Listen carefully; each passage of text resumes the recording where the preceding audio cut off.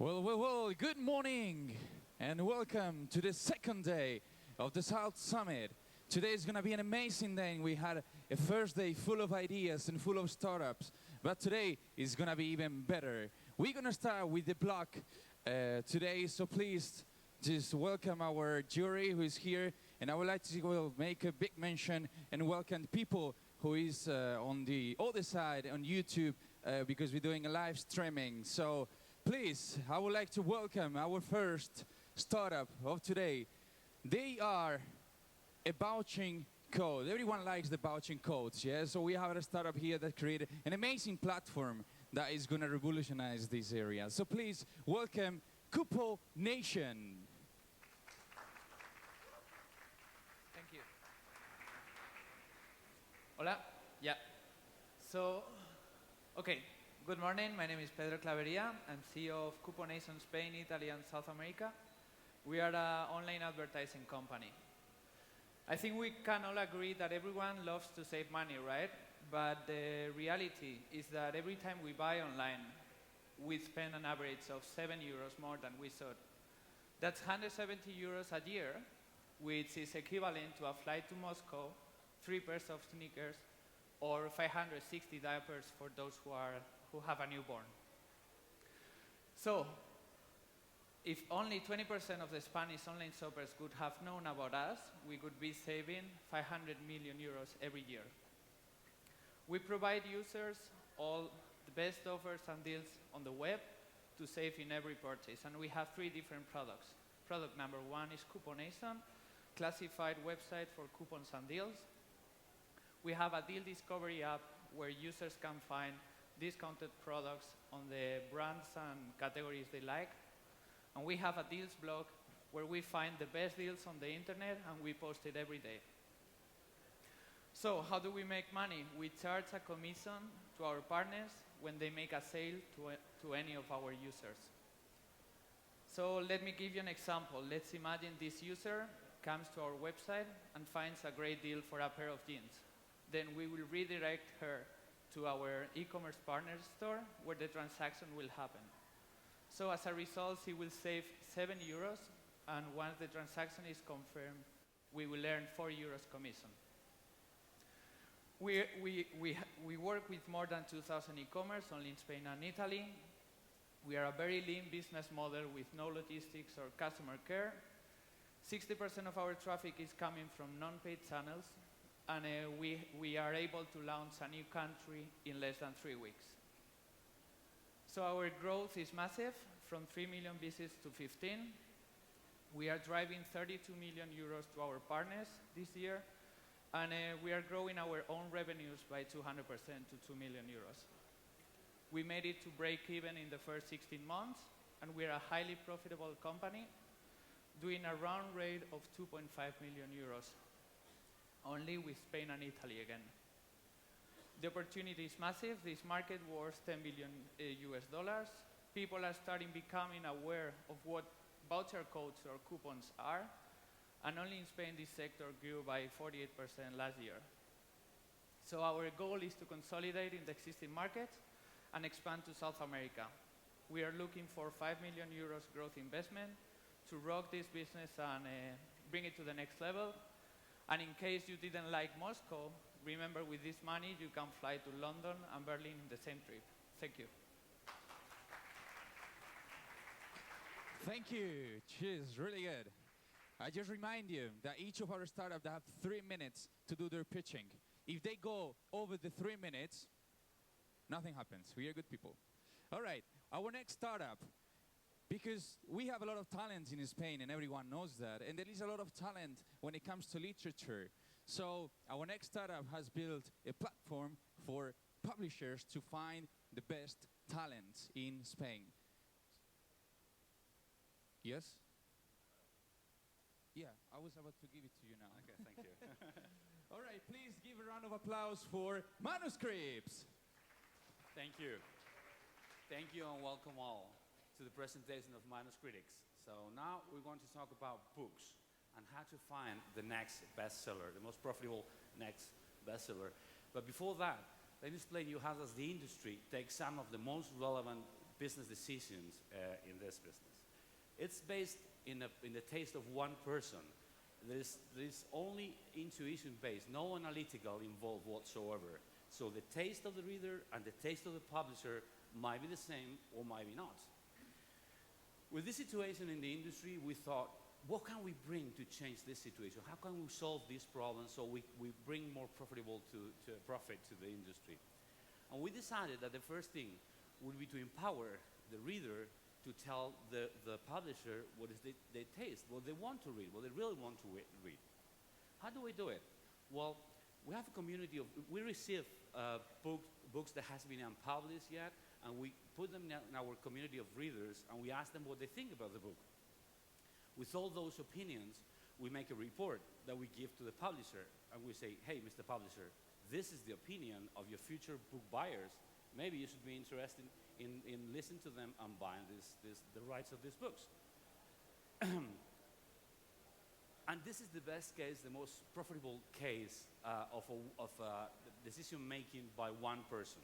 This is Alice Newton, the daughter of the president of Bloomsbury, who was the first publisher in the UK of Harry Potter. Mr. Newton gave the first chapter of Harry Potter to his daughter and asked her what she thought about the book. After she read the first chapter, she said, Dad, this is a fantastic book. You should be publishing the book. And that's how Bloomsbury and Mr. Newton ended up publishing Harry Potter after 12 publishers had rejected the manuscript previously. Well, this is a strange business where our competitors are also our future customers. But why they should hire us? Well, there are three reasons why. First of all, we turn cost into investment. Don't spend so much money in platforms that we have developed already for you. We will drive you sales, and then we will charge you a percentage of all the sales that we have driven. Get independent opinions. Good readers only tend to give the relevant opinion if they feel they are within a community rather than working for free for a publisher. And because of that, you will get real and in-depth reviews.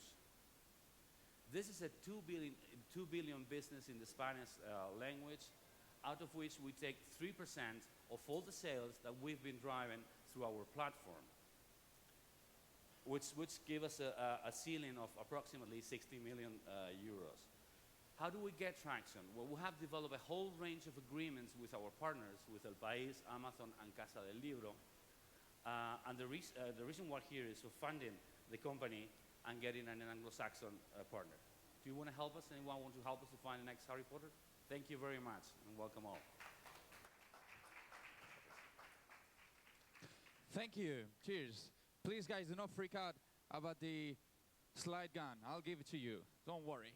All right, guys. So now we're going to go to the next startup. The world now is made of marketing, and the marketing is made online. And we have a lot of trendsetters and a lot of ambassadors for brands. But how to find them?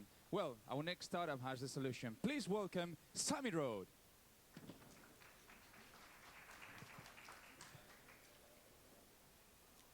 Hello, good morning. My name is Marta Nicolás, and I'm co-founder and marketing manager at Sammy Road. Okay, so there's a new generation of content creators who are changing the landscape and creating content for brands.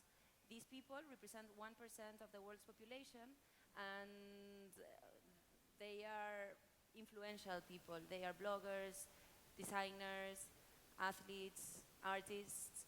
They have big communities, therefore they have the power to influence over other people and are generating genuine content which is interesting for brands. Why? Because we are currently in a situation where brands need to feed more and more social media channels. There's more social networks that you have to feed, and the way of doing it is by generating content that is actually relevant and interesting for your audience. So Sammy Road is the meeting point between these content creators and brands in order to generate branded content and distribute it. For the creator, Sammy Road is a place where they can showcase their content and therefore get a more broader audience for that content, not only through our platform, but also through their social networks. And ultimately, it's a place where they can start meeting with brands and therefore start earning money for what they do.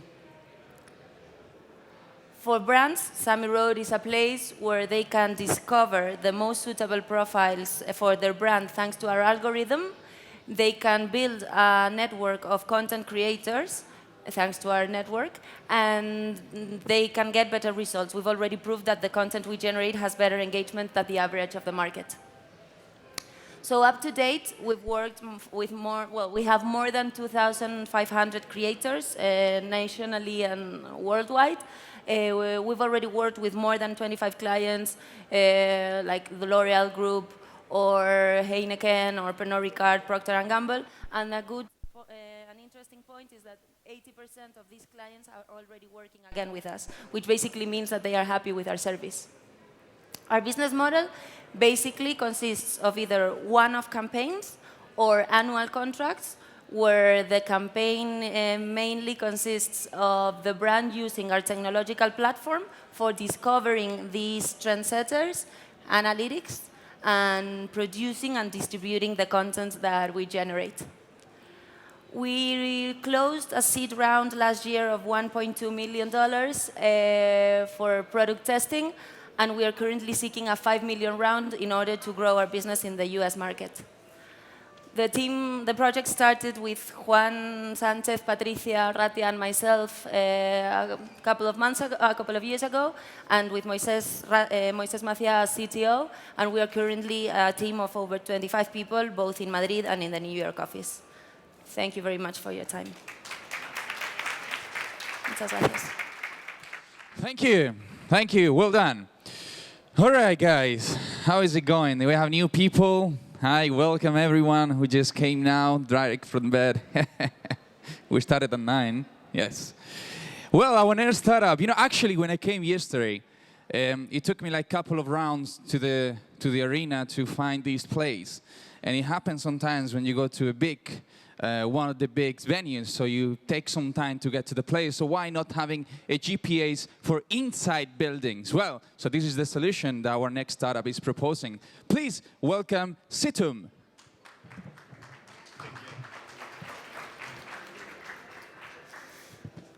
So, hello, my name is Victor, and I will introduce you to Situm. Did you have any problems finding this venue yesterday when you came here? If so, I guess that you just used Google Maps. But did you have any problems finding this stage or any other inside this building? If so, you actually had a problem, because GPS doesn't work inside buildings. You can get routes inside buildings with Google Maps. And we have a solution for this problem, which is our indoor location platform. How does it work?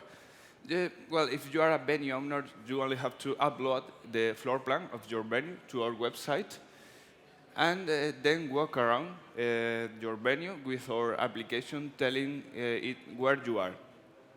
And then magic happens, and your visitors will be able to navigate inside your building, finding points of interest or the shortest path to any place you define in our website. If you are the venue owner, you will be able to visualize any kind of data, like heat maps and statistics about your visitors' behavior. And that's the platform. So what's the market for it? It's expected to be so huge. The growth rate is over 40% for the next years. But the target market that we are addressing is composed by hospitals and malls for guiding services, and worker tracking services in other companies. The market for this is going to be $3 billion globally. And how do we make money? For hospitals and malls, we offer a license per venue to our clients. And for worker tracking, we offer a license per user. What about our competitors? So all competitors follow the law of devices. What's that? The more devices you install in a building, the higher precision you get. And we break this law. We don't need any devices. And we are able to achieve a higher precision than those competitors who install these devices in the building. Situm will be the Google Maps for indoors. So we have already started to map the biggest and most visited venues in the world. The team behind Situm is composed by a senior business executive and 3 experts in mobile robotics, which are the founders, and a venture capital expert in technology transfer. We are already present in many countries. We have 25 hospitals here in Spain, and we have secured a set round earlier this year. We are now seeking a second round, which will be for about 2 million. And the recent operations that, for example, Apple has bought with Islam 1.5 years ago for 20 million. And so next time, I hope that you can come here and open C2 Maps to find places inside this venue. Thank you. Thank you, thank you. Great idea and great tool. Well, we're going to be continuing with our next startup. You know that video marketing is the key for success nowadays. And our next startup knows very well the meaning of that. Please welcome Womel.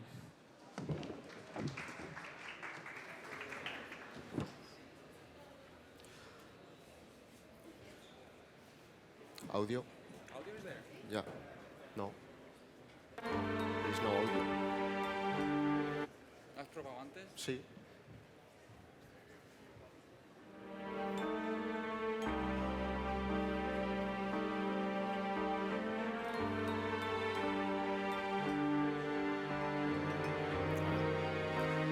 Ladies and gentlemen, I have to announce that email marketing is dead.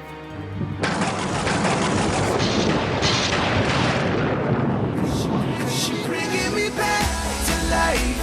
I know that she won't tonight. I'm living it up 'cause I'm back to life. Just wanna live and let go, go, yeah. 'Cause she bringing me back to life. I know that she won't let me go tonight. I'm living it up 'cause I'm back to life. Just wanna live and let go, go, yeah. Back, back, back, and going back to life.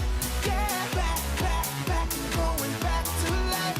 Yeah, back, back, back, and going back to life.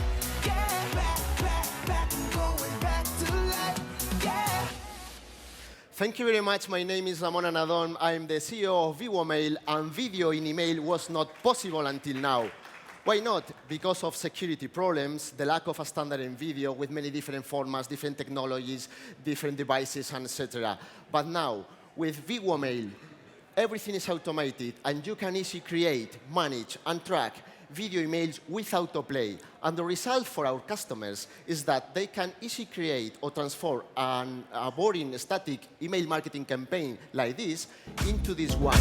And this is increasing CTR 40%, increasing sales and conversion 16%, and improving branding. And for those reasons, only in 1 year, we have more than 20 large brands using VivoMail technology, including Lynda.com, that is a LinkedIn company. And we have some agreements with big agencies like Okilbe, DDB, or McCann Group. And our business model is very easy. They pay for video impressions, cost per view, and extract services in different monthly plans. Regarding metrics, we are growing month to month, both in campaigns and users and in turnover. But we want to get the global market, and apart from having investors and customers in USA, we are dealing with some distributors in Latam and Emirates, because only last year, more than 49 billion advertising emails were sent, and we get to invoice more than 50 million euros in 2019. Obviously, our team is very well prepared. Apart from having awards in the entrepreneur environment, we have won some prizes in innovation and in marketing. And we have raised just more than 600,000 euros, and we are seeking for over 1.5 million euros to go ahead and get the market. Thank you very much. Whoa, whoa, whoa, that is a pitch, please. Another round of applause. Come on, guys, they deserve it. This is what I call a pitch. Yeah, we got a panel of investors that you need to make something that they remember. And I'm sure that everyone's going to remember that. That's a great one. Well, guys, we're going to be continuing now Well, they had a quite high benchmark now. So guys, you gotta do well. Well, our next startup is called Stay.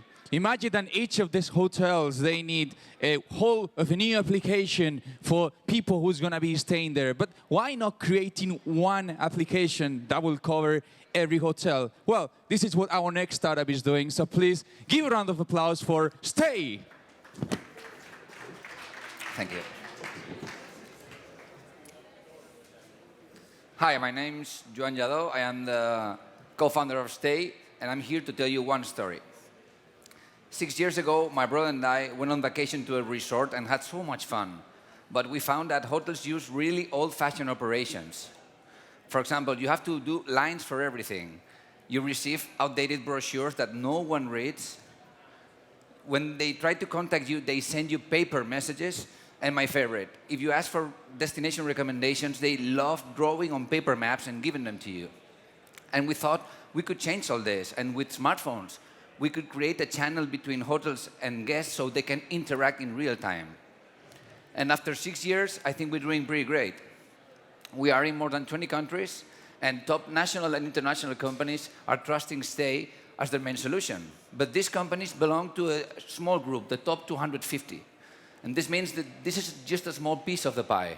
There are so many hotels around the world, and they will all want an app, but there are just too many apps, and most of them are never used. So our guess is that if they launch an app, no one will use it.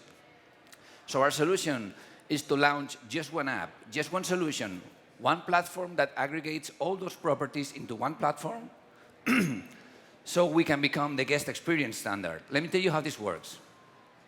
Each hotel goes to our website, they fill the information, and they publish it to our app. So when a guest checks in, they just need to open the app geolocates and detects the property, and it becomes the hotel app until they check out. So how does this work with both targets? On one side, we have companies like Meliá that want their own app on the App Store, and they pay us monthly fees. And on the other side, we have our Stay app and all the other properties around the world. So if they join us, they won't ever pay €1. They will use our service for free. So how do we sustain this business model? These big companies like Meliá are paying us increasing fees. This is going pretty well, and this will sustain our business model for a while. And why free for all those hotels? And we have our vision, that is that each hotel in the world will only have one app. And if we become that app, all the other key players in the industry will need our app to offer their services and products. So we can become a digital hub. And yes, it's not easy to be a standard on the ecosystem. It's filled of great players, but as you can see, on the interest they face, there is no standard, and we want to be the one. Finally, on the financials, we raised money in the beginning of the year. It has been a great year. We've grown 50%, and we're break even. But if we want every single hotel in the world who know who we are and what we do, we need money, and that's why we're raising €1 million. Thank you so much. This was Stay. Thank you. Great presentation, very dynamic. Well, content marketing is growing exponentially, but not everyone can go on that rhythm. So we have our next startup who is going to empower your applications in content marketing for brands. So please give a round of applause for Beamray.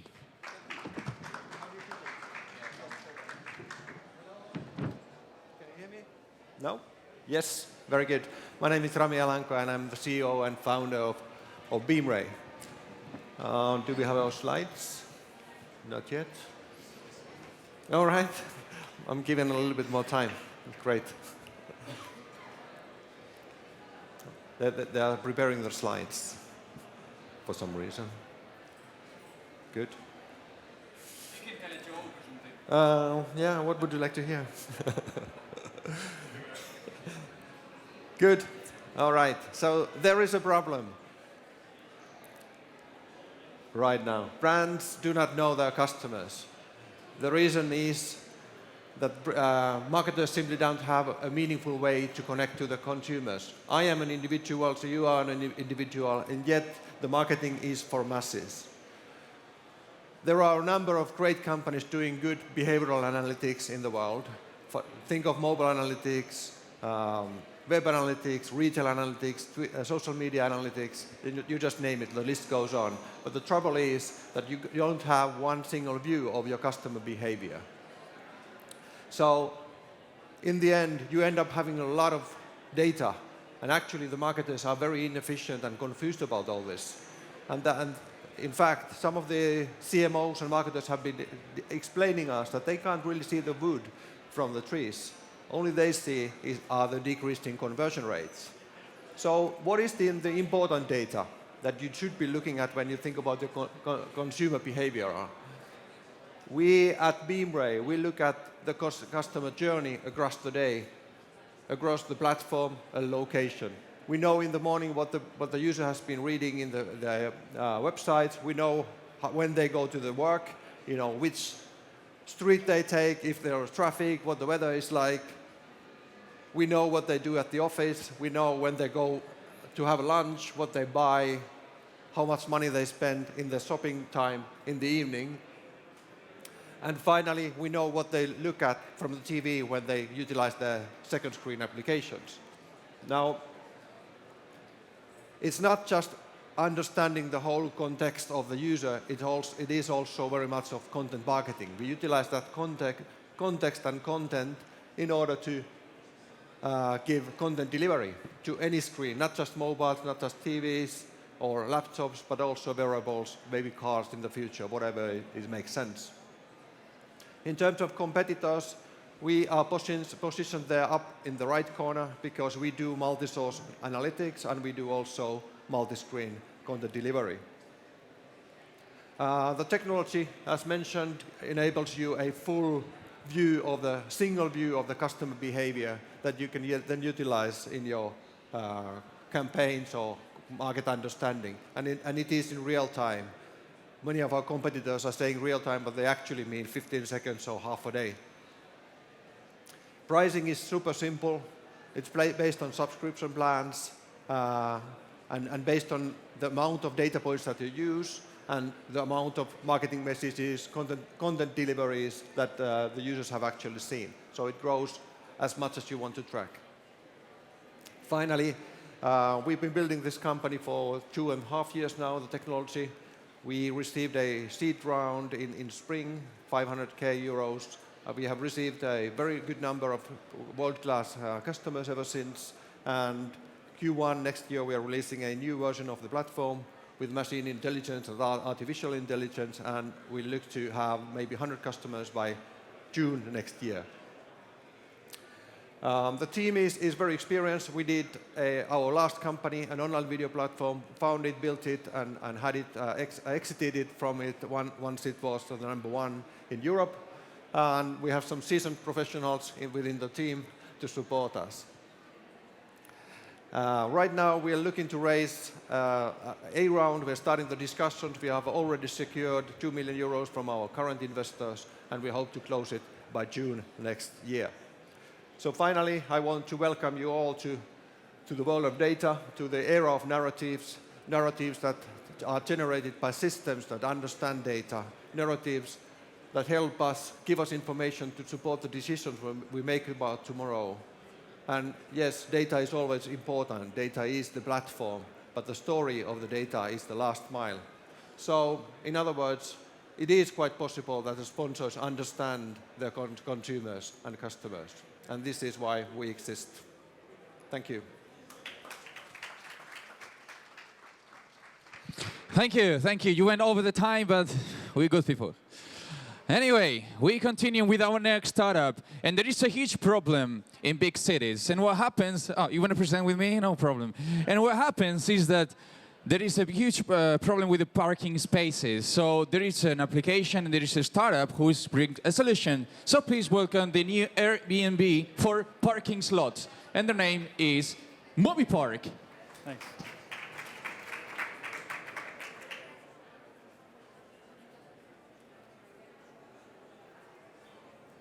Yeah, there's no sound. Can you imagine that 30% of the traffic jams in the big cities is caused by someone looking for parking? Can you imagine that we lose, on average, 20 minutes every time we want to park our cars? And in fact, the University of Chicago showed an incredible number. we are losing almost 1 year of our life looking for parking. We believe at MobiPark that this time should be spent with friends, family, or just simply coming to this type of events. Ladies and gentlemen, my name is Manuel Caire. I come from MobiPark, and I'm here to tell you how MobiPark is going to change the way you park your car forever. At MobiPark, we look very careful on how parking is distributed in the big cities. Let's take the case of Amsterdam, for example. 20% of the parking capacity is on street, so it's street parking. Another 20% is public garages. So let me ask you one simple question. Where is the other 60%? The 60% left, the one that we target, belongs to hotels, companies, municipalities, and even you as an individual, you can rent out your parking space. So you know, right? You know what we do already. We open the gates of the non-public garages for everyone. We are doing to parking what Airbnb did to hospitality. We have developed software that allows drivers and parking owners to connect so drivers can look and search for real-time parking, make a reservation, pay online, and of course access the best prices. Since we are able to put more parkings in the platform, we are lowering the prices up to 50%. Owners can actually share their parking spaces, earn significant extra income, and we have developed a security protocol so the owner knows at the whole time what's going on in his parking. Also, we develop hardware that allows the driver to access to those garages, and we install this little machine in some of our parkings. The way that we make money is very simple. We charge our commission on every single transaction between 20 and 35%. And in this year and a half, we have grown very fast. We are active today in 5 different countries in the north of Europe, with more than 3,000 parking spaces that we share already. And today, we are in around 19,000 users using our services. We have a great team, very multicultural. We have everything that we need in-house: marketing, IT, communications, and sales. And this team is a backbone, so we can really grow fast with this team.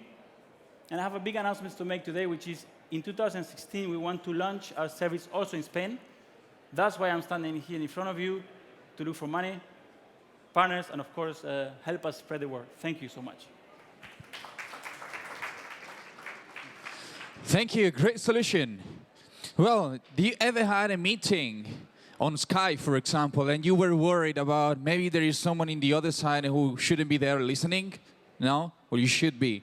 Because our next startup is going to bring you the security for online meetings. Please welcome Poip.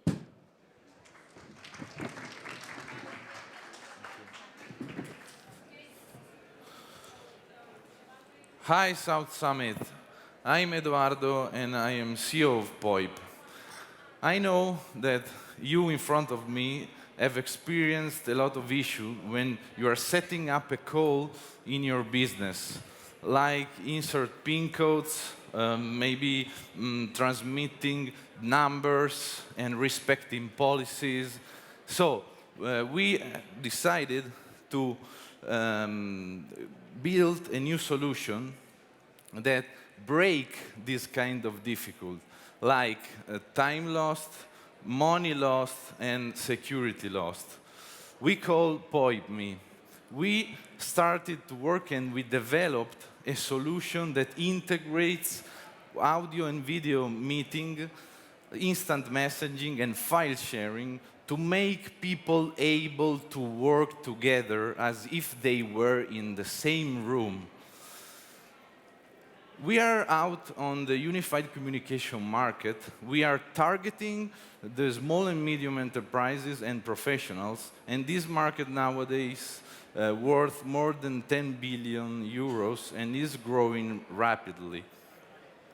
It attracts many competitors, but they are either very expensive and complex, or lacking security or professional tools. So we based our solution on encrypted temporary data channel on which we developed a proprietary system that can be, our solution be hosted in-house to the customers too. We engage our customer with the free tier and they can evaluate the product with all the features, but with limited number of users, until they are ready to scale to a subscription monthly plan. We are already joined a IBM Cloud Marketplace as first Italian company, and we have a partnership with IBM, and we are ready to jump on full circuit of the cloud marketplaces on the web.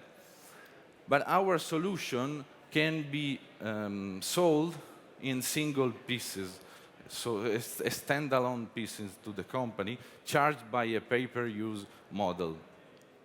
Thanks to the partnership with IBM, we are ready to tackle other distribution channels, especially software vendor.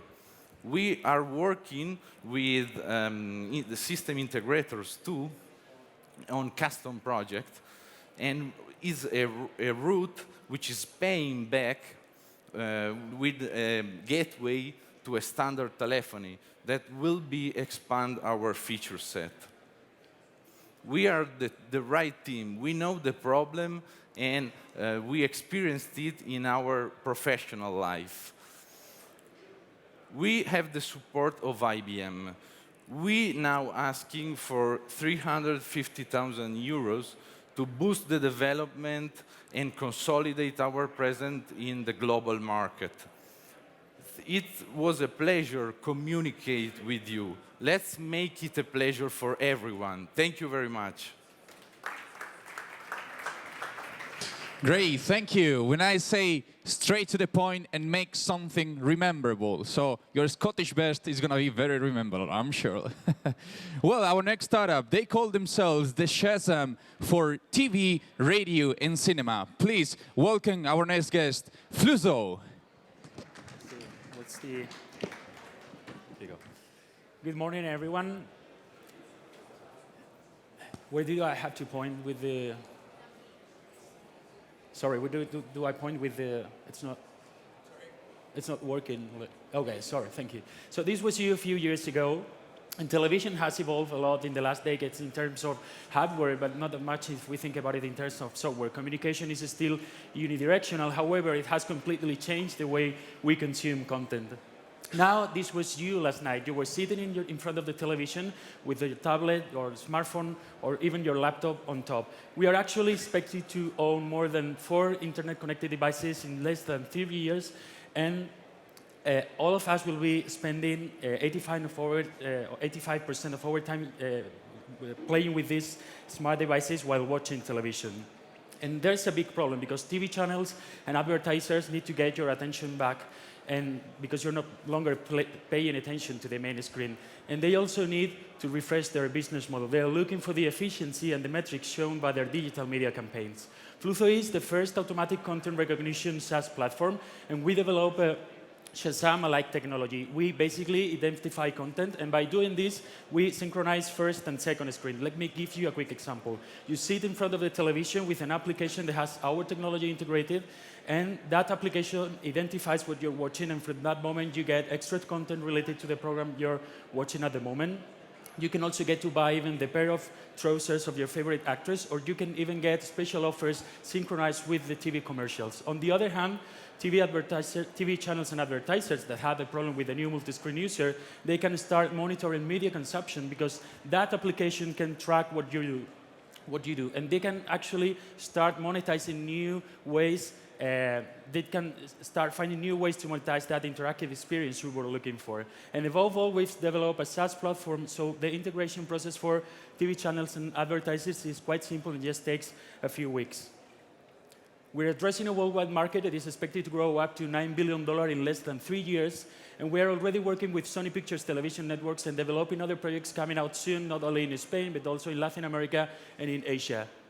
Our competitors have a rigid and sales integration model that are quite expensive. However, our SaaS platform and our SaaS approach makes easy a complex process. We democratize access to our technology, and we do it cheaper, faster, and at a verifiable quality. As a SaaS model, our client pays a monthly license for the use of the technology, and the pricing strategy varies according to the use and number of petitions and can go from a free layer to monthly licenses of 6,000 euro. We have more than 10 years of experience developing and selling complex systems. Miguel Ángel Carreira Perpiñán from the University of California is our scientific advisor. PricewaterhouseCoopers chose us to be part of their high potential companies department, and Invextel just became our first financial investor. We're closing our first round of investment. We're looking for investors and, of course, trying to close deals with interesting partners within the audiovisual, advertising, or technological sector. Thank you for your attention, and remember, the next time you sit in front of the television, you can enjoy a brand new way to watch TV.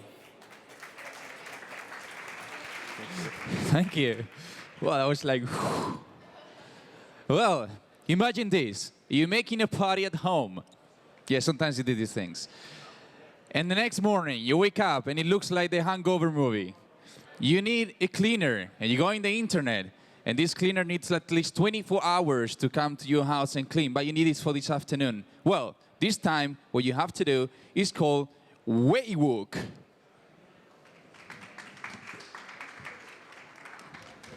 Hello. Good morning, everyone. I'm Rodrigo Olmo, co-founder of Waywook. I wish you all a nice Thursday. Tomorrow, Friday, and in the end, Saturday will come, and we will have the opportunity to enjoy our friends, our families, our hobbies, right?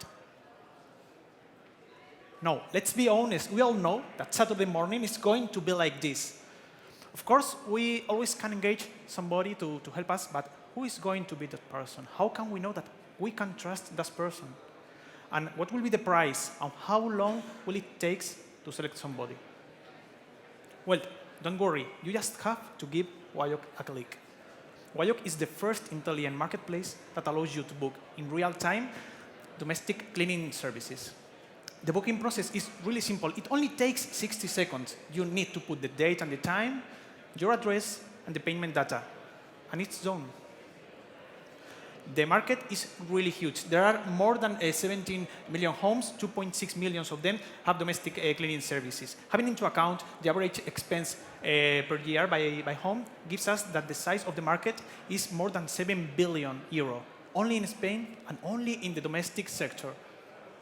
Our business model, we have two kinds of services, pay-per-use services and subscription services. Our base price is 9.9 euro. We take a fee of between 10 and 20%, and the customer can also ask the professional to provide the supplies. We have two competitors globally, Handy from United States and Helpling from Germany, from Rocket Internet. We stabilize in the market thanks to our cutting-edge technology. For example, our intelligent algorithm allows us to select the professionals based in a high-quality standard. We allow bookings for the real time. We are unique in this. Our awesome customer support, our pricing model, and the geographic expansion that makes us to be available in more than 100 Spanish cities.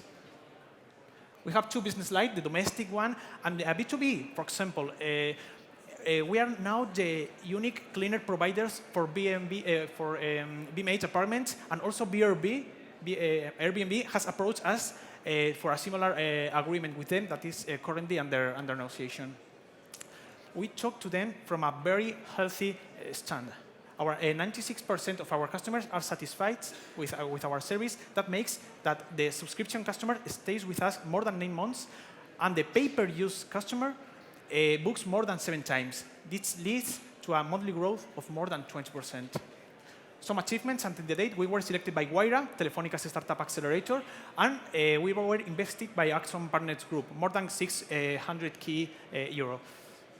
All of that started in Salamanca 1 year ago with the two founders, Álvaro Sánchez, expert in marketing and with a lot of experience in a startup, and myself, expert in artificial intelligence and software developing. Our team is now more than 12 people and growing. In Waywook, we just want to give you your free time back. Thank you. Thank you. Tomorrow is Friday. That's a good way to start a pitch. Well, our next startup is about music, and it's about rap.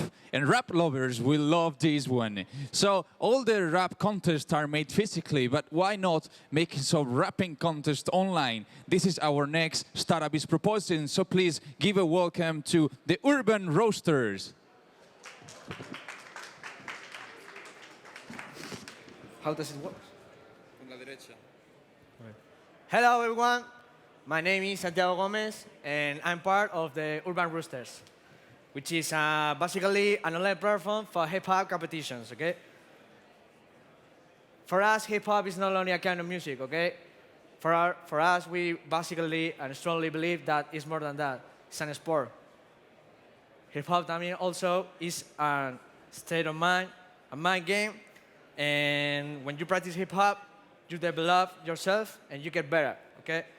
So the next time you think about hip-hop, don't think that I'm doing business like this, okay?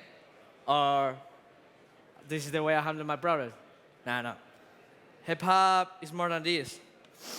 Think hip-hop as it is, okay? A culture with hundreds of millions is getting mainstream just in the US, a 29 million people market with a spending power of $500 per year.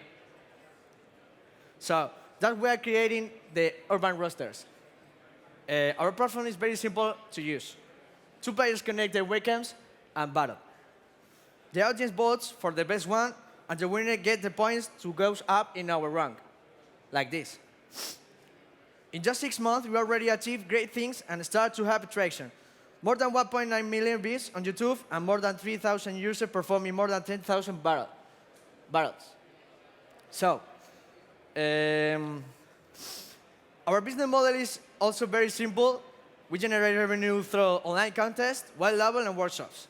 This model is validated and already give us 7,000 euros of revenue. Online contest, where players can participate all over the globe. The revenue is simple, which are an applying fee for users and our contact brands interested in the part of it through a sponsor. White label. We have developed our technology from the bottom, which gives us the power to replicate through an infinity of possibilities and brands. Workshops. We just sold 4 of those workshops to La Caixa and 5 more to the University of Chile. Last but not least, our team comes from different nationalities, background, countries. We are 12 people spread through Spain, Mexico, Chile, and the UK. But what bonds us is the passion for hip-hop. And that's why we want to make it bigger, professionalizing the industry. That's why we are creating the first freestyle hip-hop federation, to establish the blueprint of this sport and make it more professional. So, now I want to do something special. I want everybody to get up. Please stand up, everybody listening to me. And a little thing, I want you to put your heads up in the air and repeat after me. When I say hip, you say hop. Hip, hip. When I say south, you say summit. South, south. Yeah, thank you, everyone. This is Urban Roasters. And I hope everything here in Madrid has been clear. And thank you to everybody. And remember always, make it real. Thank you, everyone. Yes, whoa, yo, Summit. Hey, that's a pitch. Well, our next startup and the last for this block. Twitter is difficult when it comes to return on investment. So our next startup has the solution for that problem. So please give a round of applause for Social Bro.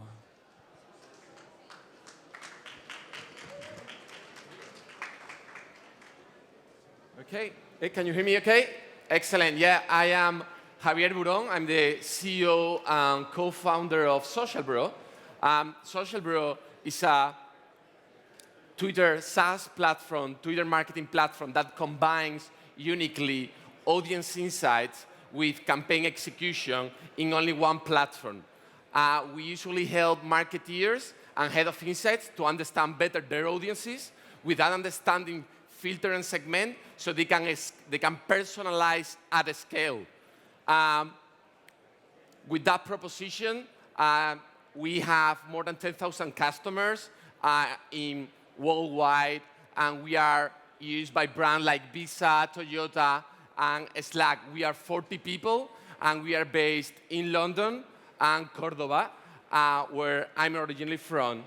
And this is how we help these people. We basically increase, we reduce the time that they spend when they are using Twitter and when they are doing managing activities. We increase the ROI by increasing the engagement rate, decreasing the cost per acquisition, and increasing the CTR.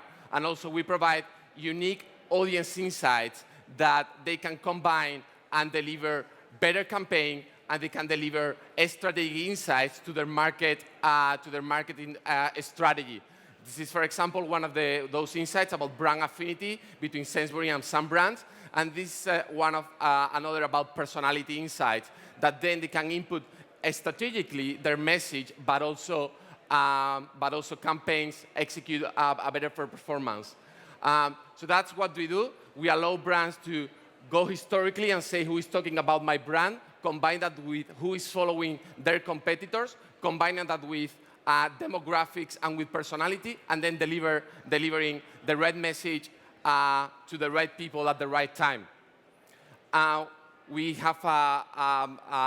We sell mainly to enterprise and small business and freelance, and we have a monthly fee for them, and then an annual fee for enterprise. That was it. Thank you very much. Thank you. Well, so ladies and gentlemen, that was it for this block. So I'm going to give you only 5 minutes for your break, and I will see you later. I'm Javier Coves. Thank you very much. See you in 5 minutes. Bye-bye.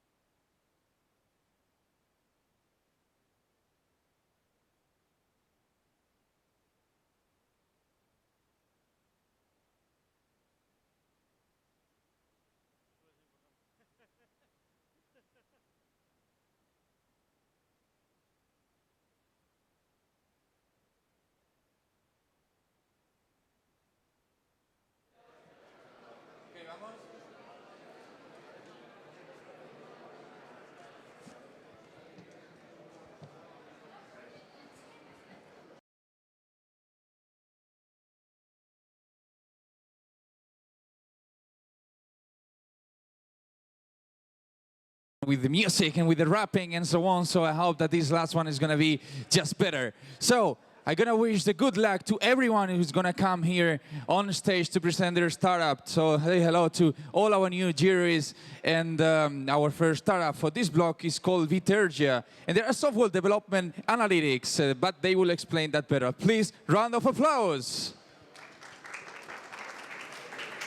So, hello, good morning. Well, I hope all of you here are looking for the next unicorn. So let's start talking about unicorns and what's behind that. So maybe more of you already know all these people in the chart there. It's like, I will only say one number, $250 billion on investment there. So what's behind that? Well, actually, if you look deep inside, almost all of them are depending on open source technologies.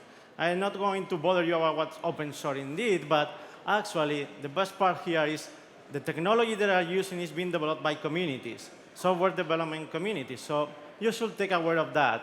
About what's a community inside. A community is a group of companies and people working together providing technology to the market. So software development communities matters. This thing nowadays, well, I will say clearly, most of the IT companies nowadays are not taking very well care about the communities their business depend on. Actually, most of them already don't know what's the technology that they pay on, who is being made by. They use the technology, it's good for their business, but they don't take care about that. But things are changing, and nowadays, more and more you are seeing things like, for example, let's meet Don Neri, that is a software development community manager, or developer advocate, or positions like that. And her responsibilities are very clear. He has to take care of community health, to engage in new developers to the technology, also the productivity of the technology and the community, and also the visibility of the community. Because her company is working on a product that depends on a community that is developing the technology for them. So, well, if you have a healthy, productive, and very well-known community, you are going to have the best technology in the market for sure. So, for doing that, he needs information. But she's in a technology company, so we can do it very well. Go to the data sources that are there and retrieve information. Okay, there are a lot and very different. So, but the end, she needs help. So she goes to the market, and okay, there are some companies doing things there. Black Duck, some consultancy companies, and us, Vitergia. We are there too. So, okay, Black Duck only covers one part of the software development. Gartner is still not there for daily reports, and we are there. But you were wondering how she met us. Actually, since we have created the company 3 years ago, we have gone worldwide evangelism what we are doing with metrics of software development, how can it be done on the business we have.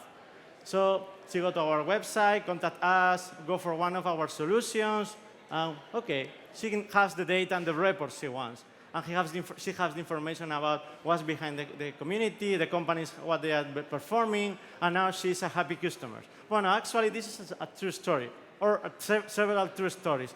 Those are our customers. We already have customers, and very well-known companies like Red Hat, for example.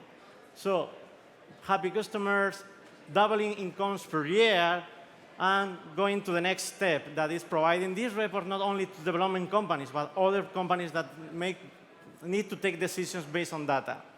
That's us, so you are more than welcome to our nest. Thank you very much. Thank you, well done. Well, cloud storaging is there, and is there to stay. But what about the privacy? Well, our next startup has created a device that will encrypt your files and create some of the privacy. Please welcome our next startup, Slim Cloud.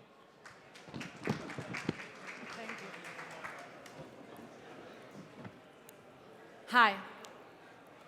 Today, all our data are handled in digital form, and our hardware devices break, get stolen, or we lose them. Have you ever been in this situation? It's terrible. All your business data lost. Clients, providers, plans, so hard, but few apply a correct backup policy. For this reason, we love the cloud, because it ensures our information will be intact. But we also fear the cloud, because all our things are in others' hands, and this forever. If they are personal pictures, it can be shameful. But if they are professional data, it can be much worse. Some companies are obliged by law to safely store their information for long periods of time, but existing solutions are expensive and complex for SMBs. So finally, they do nothing and they pay the price. Up to 87% of them suffer data breach, when implies data loss is so expensive that lead to 72% of businesses to shut down in just 2 years. To solve this problem, we create Smith, a plug-and-play solution targeted and priced for SMBs. Smith connects to your LAN, appears on the user side as a local unit, and everything you put here will be automatically protected and stored where you need. That's all. Smith simply makes every cloud your own private cloud. The European Smith potential market is $1.65 billion, but it's a market with high growth potential because the cloud storage market is growing fast, and also that the privacy laws. We compete with encryption gateways and encryption software, but Smith combines the best of two worlds: the robust encryption of the encryption gateways and the easy setup of the encryption software. Our business model: device purchase plus annual subscription, and we plan to enter the European market through agreements with hardware manufacturers and these distribution channels. We are experts in information security and work with advisors with business backgrounds. Smith has been always a highly valued product, and we receive public funds and support for product development. Now we are looking for €1 million in funding and partners to enter the market: hardware manufacturers, distributors, resellers, integrators. And remember, SMBs need to enjoy cloud storage without risk. And Smith is an extremely user-friendly product that complies the strictest international data protection and privacy laws. If you want to join us to make it possible, we are waiting for you. My name is Valle Fernandez, CEO of Smith. Thank you very much. Thank you. Cheers. Well done.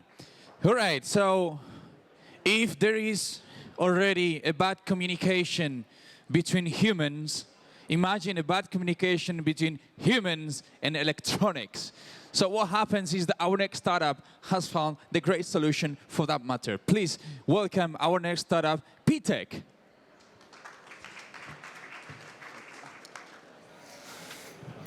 Hello, everybody. I'm Francisco Ortega, CEO of PyTech. This is the problem that we had today, the interaction between machine and human. The technologies can be usable, inappropriate, uncomfortable in a great variety of cases. For example, when we had the hands dirty, or when you need your eyes for another device. The solution is the development of a multi-sensor which will be able to capture hands and finger gestures. I am sure that everybody is thinking something like this. It's always you're right, because we do what you can control slide, like I am doing right now, written in the air with your fingers, or control application and games with your gestures. In the home automation fields, you can control blinds or sweet light or climate, etc. And this is the estimation of revenue in the next years.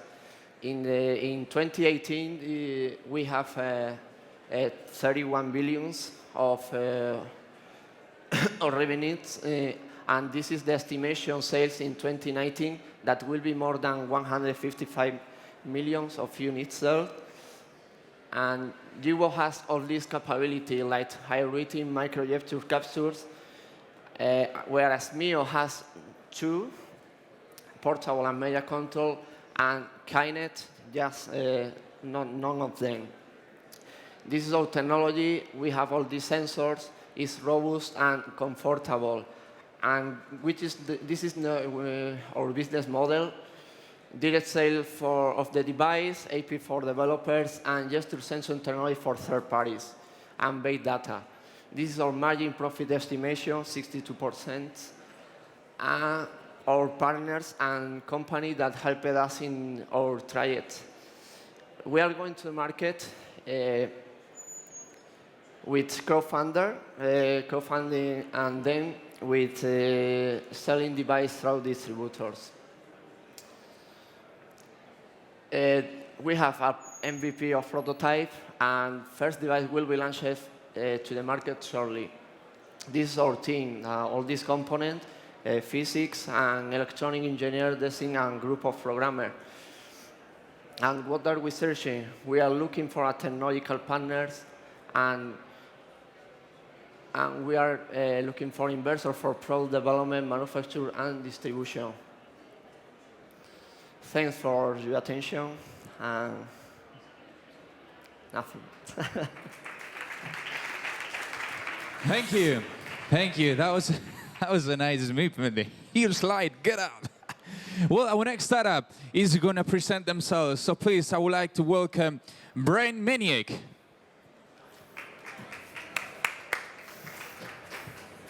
Hello, good morning, everybody.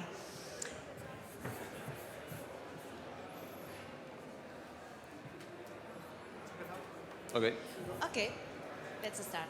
Hello, Mike, how are you doing? Hi, fine, you? Fine. I was thinking about changing my cell phone, and you're a tech guy. Which one did you recommend me? Well, I've tried a few of them, and I highly recommend you this one. I've seen this one. I have seen it also on television. What do you think? It's all over the places, but I've read on some blogs and Twitter that it's not a good option because the service is awful. Okay, thanks for the advice. Bye. Okay, conversations like this take place every day, right? Mass media doesn't work as it used to. Today, conversation takes place in blogs and social channels. People engage with those they follow and trust. Influencers have that power to reach and engage effectively. And they are here to stay. And they influence consumer behavior. So how can brands persuade influencers to work with them? Let me welcome you to the new influencer economy. I am Luis, CEO of Brandmanic. We boost the power of the social influencers by fully automating the process to create, scale, and measure influencer campaigns. Well, let me try to explain one experience with one of our clients. Miguel had to develop a campaign with the Smart for a new car for Mercedes. We identified and selected 30 influencers to experience with this new car. The key issue for the brand was trying to get the internet audience. Okay, we had great results. We had over than 10 times more engagement than traditional campaigns. Right, so you know that the market is huge, it's growing by 50% year on year. We focus on LATAM and major European countries where the opportunity over the next 3 years is 1 billion. We are market leaders in Spain. I just returned from Mexico last Sunday where we have signed deals with 6 partners.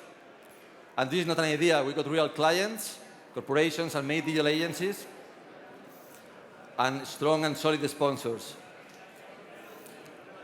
Let me tell you something. We launched end of last year. This year we've got 300K, great momentum, 1 million in the pipeline. We've got a team with passion and talent, with a solid experience, with startups. We got the right price, right product. We are getting tremendous momentum. The market is ready, and the product is solid. So we are asking you for 1 million to grow faster since there is a clear competitor in this niche. So the product, the price, the place, the team, the passion. Thanks for your time. We hope to see you in the final. Have a great day. Thank you. Great, thank you. Well done. You see, for the pitch, you always need to go that extra mile and add something and a bit of spice. Well, our next startup is an encryption application for audio, video, and instant messages in every kind of devices. Please welcome our next startup, Eng Media. Hi, thank you. So, well, I'm Gerard Vidal, CEO of Enic Media, and that's our company. Let me introduce you about how important is the security. So, this guy here is Robert Fortune. Maybe you don't know, but in England, he's a very respectable guy. There are several plants that have his name. He's explorer, he's a scientific. But if you're in China, this guy is a thief.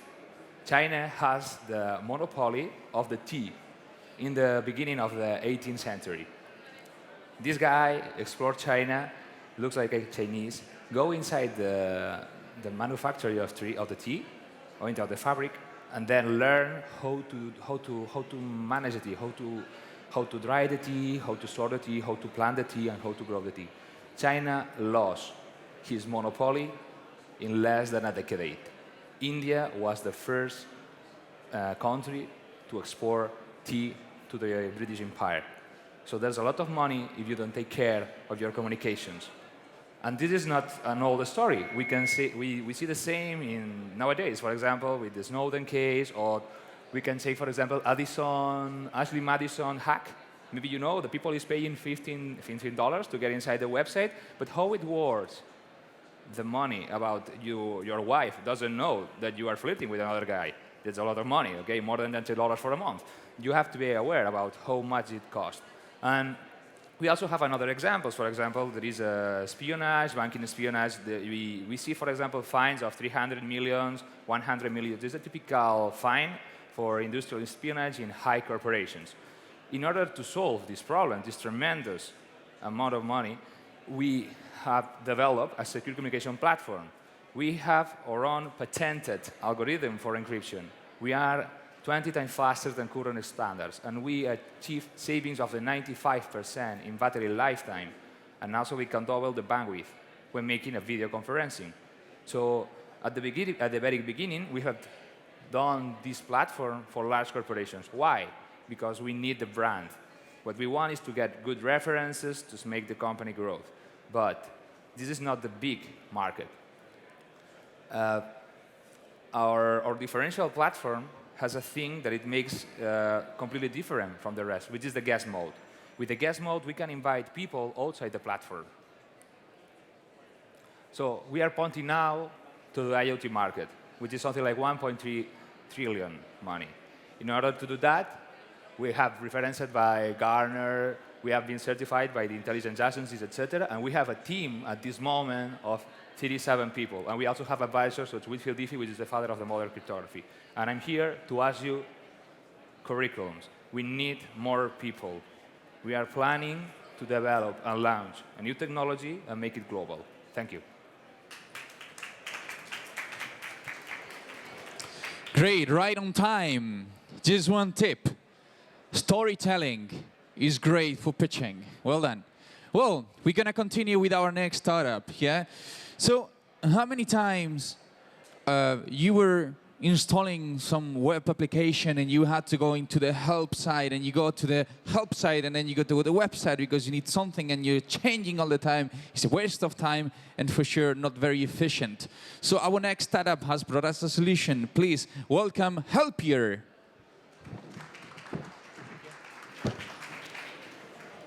So, hello, my name is Hugo Magalhães, and I'm the founder of Helpier. So, what Helpier does is the best answer for this question. So, many of us, I believe all of us got lost on a web page at some time, and usually the user, when he gets lost, has the different ways of trying to solve that problem, like going after FAQ, trying to see if it solves this problem, getting into the support line, by sending an email or contacting directly by phone, or just exiting the website. And this costs a lot for a web company, because there's a lot of money building the FAQs, the customer support. Just to give you an example, Groupon has close to 1,200 agents just pushing 30,000 tickets per day. That's a lot of money. So what Helpier does is that allows website owners to easily install a widget and as soon as it's installed, that little button appears on the top. You can click it, click New Help, click Record button, and as soon as the Record button is clicked, all the website becomes like a canvas for Helpier, and he actually can select the elements where he wants to create the tutorials and attach to it a specific message. And he can go this step by step, 20 steps, whatever he wants. As soon as he saves it, it's available for their users instantly in 30 seconds. The users see the similar thing. You will click on New Help button, click on the tutorial that you want to see, runs it, and as soon as you run it, Helpier will dim down all the website except for the elements that were selected by the website owner. So the user is laser focused on what he needs to do, not seeing all the elements. And he goes through all the steps until he finishes the process. Our target market is e-commerce websites right now because they have the high rates of tickets, almost double against the average of other industries. And also, we are a software as a service company. We charge per site per month and on a freemium-based plans.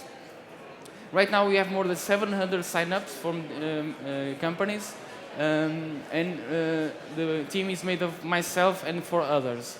We are here for having our first round of seed funding, please come by our booth so where can we discuss a little bit further what we are here trying to do, and we can show a little bit more about the product. Okay, thank you. Obrigado. Thank you, thank you. Well, for those who are self-employed or have a company like me, taxes can be kind of pain, and consultants for taxes can be even worse. So our next startup is here to make our life easier. Please welcome Exacta. Where's Taxes are part of our lives and will always be there, even if we want or we don't want to. That's why it's so surprising to check the statistics and see that so much money and information and documents are getting wasted. 95% of the professionals don't know how their business is doing. They even recognize that they don't know, they pay more taxes than they should, and even administrative penalties due to the bad day-to-day management. How can this happen? They need to solve their problems now. And it's even harder to understand, taking into consideration the recession that we've gone through. Because until now, there was no application in the market giving a real solution.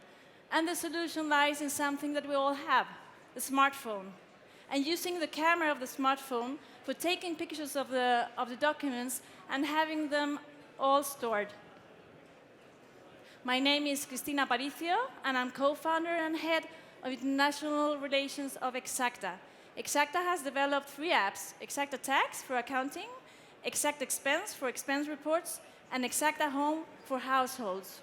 Different targets, but same solution: financial control. I will show you how Exacta Tax works because it's the most revolutionary. The first thing you see when you get in is the first document you captured. You can visualize all the documents there, and you can see the symbol of the tax agency. This means that the document is signed for the tax agency. Exacta is certified and approved by the Spanish tax agency, so all the documents have this, all the images have the same legal validity as the original documents, so you can get rid of the papers. You can take pictures of the invoices and tickets, and the information is automatically extracted, the accounting is generated, and even the tax models in real time, just tapping the screen. This information can be exported to the main accounting ERPs in the market, and all the information is synchronized, both in the device and in the cloud. So, as you can see, the user has all the information in the palm of the hand and can therefore make decisions based on real and updated information. Now, the financial control is 100%. Some of you might think there are other applications in the market doing the same, but actually Exacta is the only one that extracts information, generates accounting, and fills the tax models automatically in real time and with no human intervention. There's no other application in the market doing this at the moment. We count with an experienced team, both IT and tax experts, and also with the support of prices, government, investors, and important agreements such as the one with Telefónica and Gestores Administrativos. After 2 years of development, we reached market in January, and we can now proudly say that we are close to break even and going international, Latin America and Europe. The relation with the taxes will be the same, but with Exacta it will be much smoother. Thank you very much.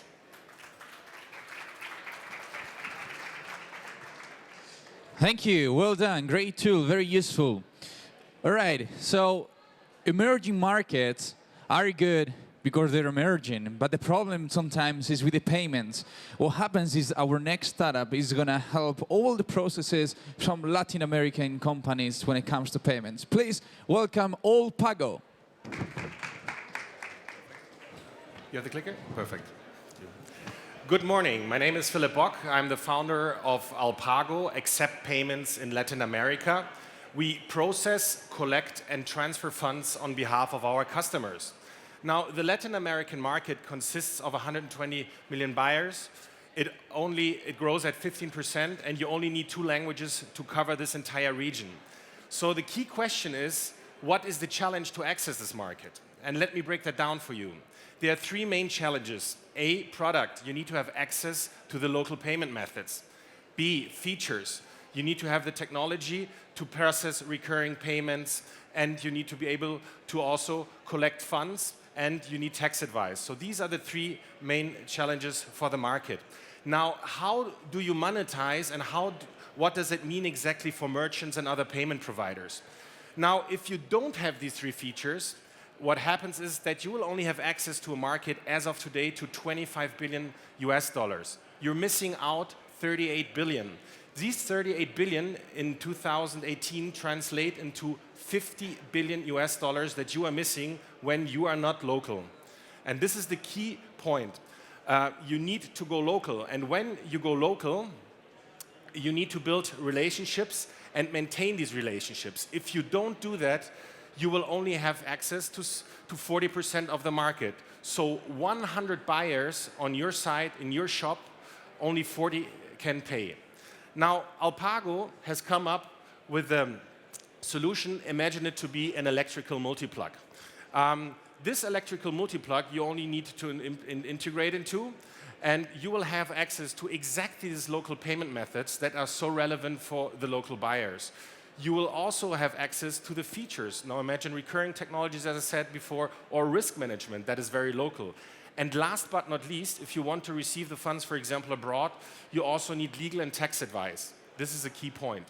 Now, having said that, the big advantage is that you have access to this market through only one API, one integration.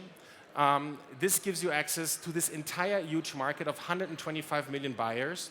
And the best thing about it is without any headache. Now, let me present you a little bit, let me tell you a little bit about Allpago. Allpago is live since March 2012. We are now present in 75% of the market in terms of e-commerce volumes. We are 31 team members at Allpago, and the most important message is we did that entirely bootstrapped. We have no investors so far. And now the best part, the proof of concept. We have upcoming stars such as Abitissimo, who also presented here as customers, but also main global merchants and other payment providers rely on Allpago. We process for Latin America, Symantec, McAfee, Getty Images, and we also have exclusive partnerships such as PayPal. PayPal uses Allpago to remit funds outside of Mexico and Brazil exclusively. So if you think that Allpago is interesting for you, and if you want to grow together with us in the Latin American region, please come and see us at booth 94. Thank you very much for your time. Yes, thank you. Thank you very much. All right, so our next startup is focused on optimizing the media buying process on mobile applications. So please welcome our next startup, MediaSmart. Welcome. Hello. MediaSmart is a mobile advertising technology company, and we help advertisers reach mobile audiences effectively. Now, the mobile advertising ecosystem can be a little confusing, even for the initiated, so let me start by clarifying where we play. So publishers that have advertising inventory work with ad tech providers to maximize their yield and make that inventory available in marketplaces.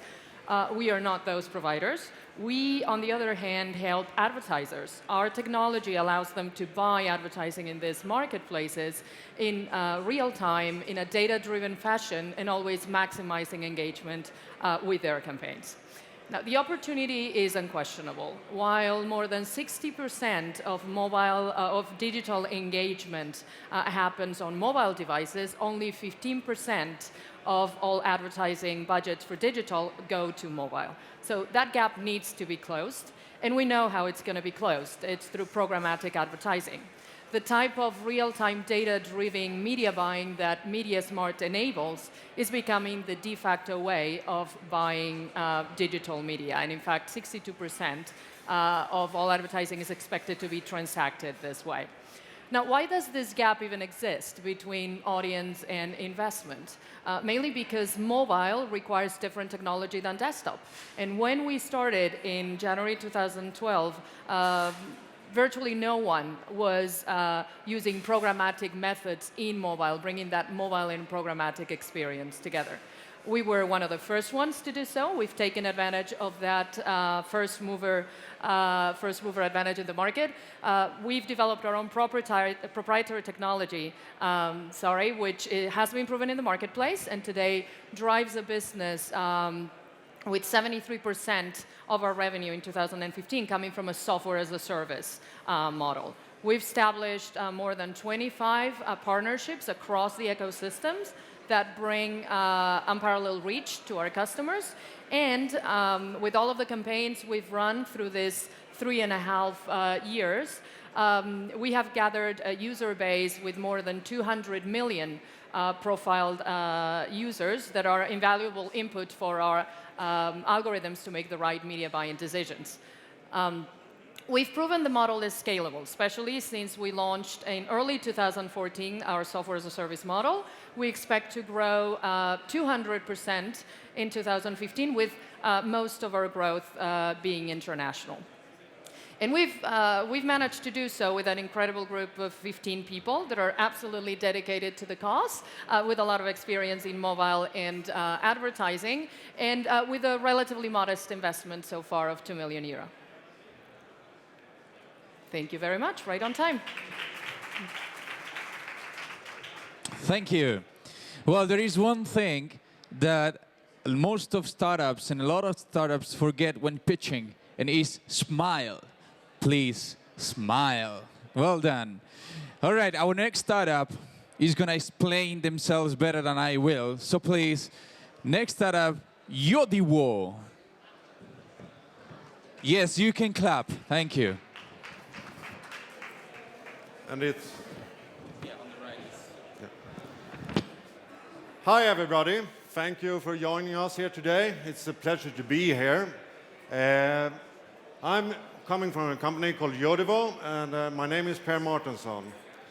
Have any of you doesn't hear the name IoT before? Internet of Things. Which actually is devices talking to devices, or devices talking to human beings. And now I should see if I have some problem with this, because it doesn't switch now. The market for new cloud platform that actually support device communication in some way is growing by 50% every year. And all those new companies that will go into the IoT market has to develop a platform to be able to have their devices connected, so you can speak with them. And this, in average, takes 15 man-months.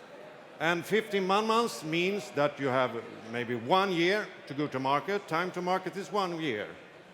Let me introduce Yodivo then.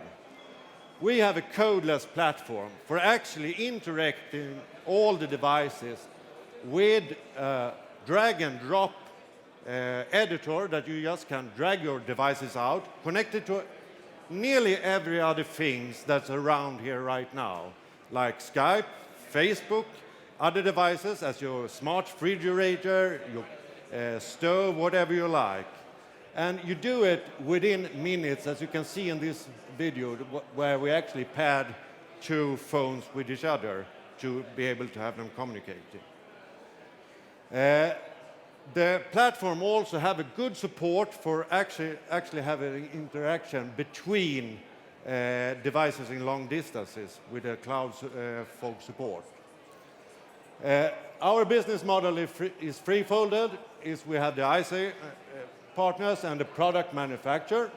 We had a cloud platform that is there today, and we had the business processing to actually have data transforming for them. We know our competitors very, very well, and we are staying ahead and know how to stay ahead of them. The market is today 160 billion euros, and we will take a small portion of them. So this year we are going to have a turnover in 1.8 million euros or dollars, you can say whatever you like nearly, and it's all black figures in that report. And we estimate to grow about 10% month to month and raise going up to maybe 30 or 40 million dollars within 3.5 years. The founding team consists of people that work together for over 10 years in companies like IBM, Citrix, and Samsung, and we have existed for 1 year. Those are our partners we have today, or customers, which are quite good customers, and we're still growing right now in the customer base. We estimate to raise about 2.5 million euros for having new partners and new sales and marketing in both Europe and the US. Thank you, all of you, for coming here to listening. And if you want to join and see this solution, please visit us in booth 92. Thank you, Yodiwo. Okay, we're coming to the end almost of our startup community and a startup contest. But please, before we ending, I would like to welcome our next startup, which is short-term financing for small businesses. Please welcome Iwoka.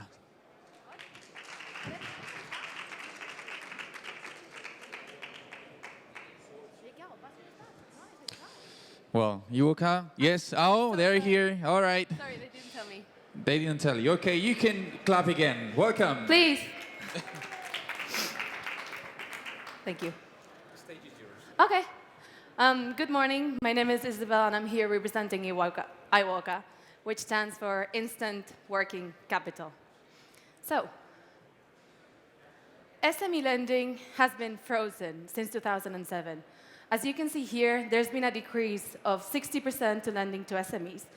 And this is just a representation of the companies that we target that are 85% of the SMEs in Spain. Data shows that 63% of the small businesses lend to cover working capital needs and cash flow issues.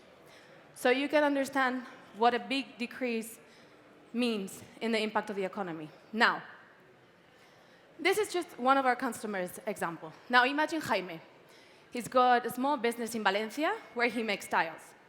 Now, Jaime has access to online banking. He's got accountancy software. He purchases from online marketplaces, and he, of course, sells tiles online.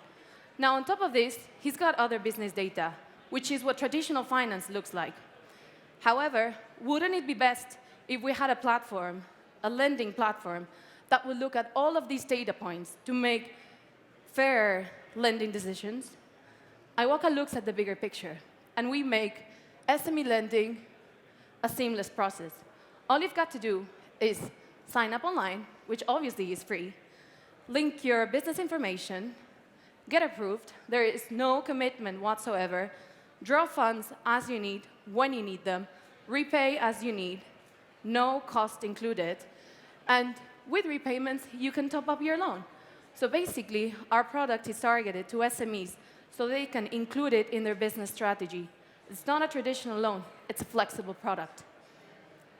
Our platform has a proven track record.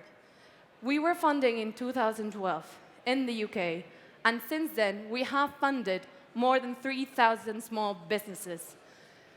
We've had 197 interannual business growth, of which 95% comes from newly acquired customers. And since 2014, we have launched another 3 countries. Today, iWalker operates in the UK, in Poland, in Spain, and of course, in Germany.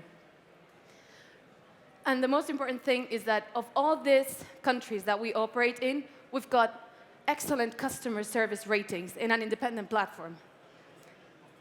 This is iWalker's team today. We are 91 people, and of which we've got an international team that has expertise across the most important channels: distribution, risk management, and financing. Now, the first 2 people that you can see are the 2 founders, Christoph Riesch and James Deere. And the last one is me, Isabel. I'm the country manager for Spain, which is why I'm here today. And this is us. Thank you for listening. Come on. Thank you. Great. So the best thing to do for at least learning from customer in order to improve the customer experience. And this is something that our next startup is doing very well. Please welcome Mocha Platform.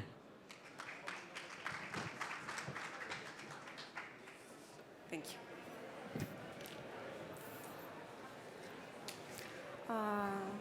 From the beginning? Okay. Okay. Okay, it's the end. This is the end? Yeah. Okay. Okay. Good morning. My name is Maria Fernanda Gonzalez. I'm the CEO and co-founder of Mocha Platform. Mocha is a software platform that turns any mobile app into a powerful marketing tool. Drive revenue with context-aware mobile marketing. I'm going to show you how. Imagine you are in a big trade show. You have many things to do, many things to see, people to meet. It's really exciting, but it's really exciting. After a while, you feel overwhelmed or little lost. And you see your mobile phone, you see the app, and you need help. But it really can help you. Brands are trying to attract you, are trying to attract your attention. And they use their marketing action using guessing and trying to use the intuition. Sometimes they will be either lucky or wrong. And at the end of the event, you finish with a big 5 kilos printed ads for your home. For that reason, we constructed Mocha. Mocha is a software platform that learns from the context, time, location, sensors, to segment and analyze behavior of customers and predict behavior. With that information, brands could be connected directly with the customer and can send them personalized information. And yes, Mocha has proprietary algorithms in the core. The market is growing and is enormous. Events is only an example, but retail, malls, airports are running over Mocha.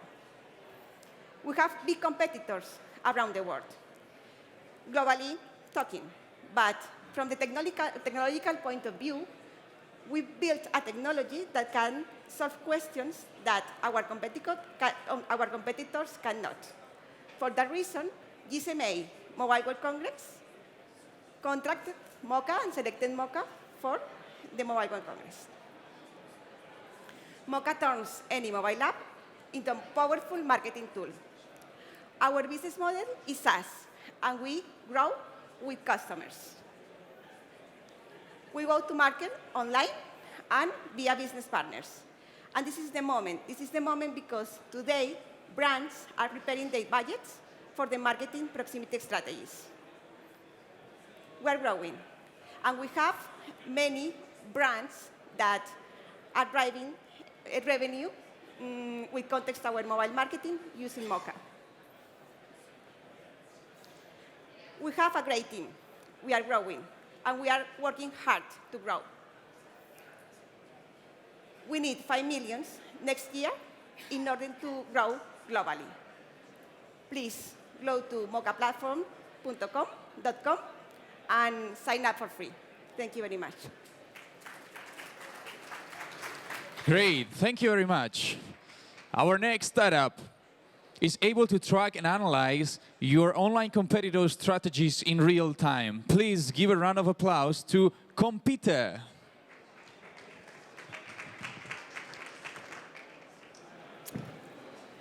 Thank you very much.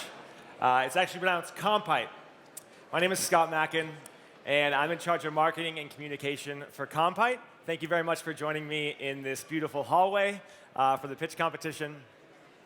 So I'm sure many of us here have tried to sell something online in the last year or so, and we've realized it's incredibly difficult. Essentially, more and more customers are getting smarter online, and we're realizing that they're changing their behavior. Over 81% of customers are doing their research online before they make a buying decision, and 78% of those customers are actually checking social media and having it affect that decision making.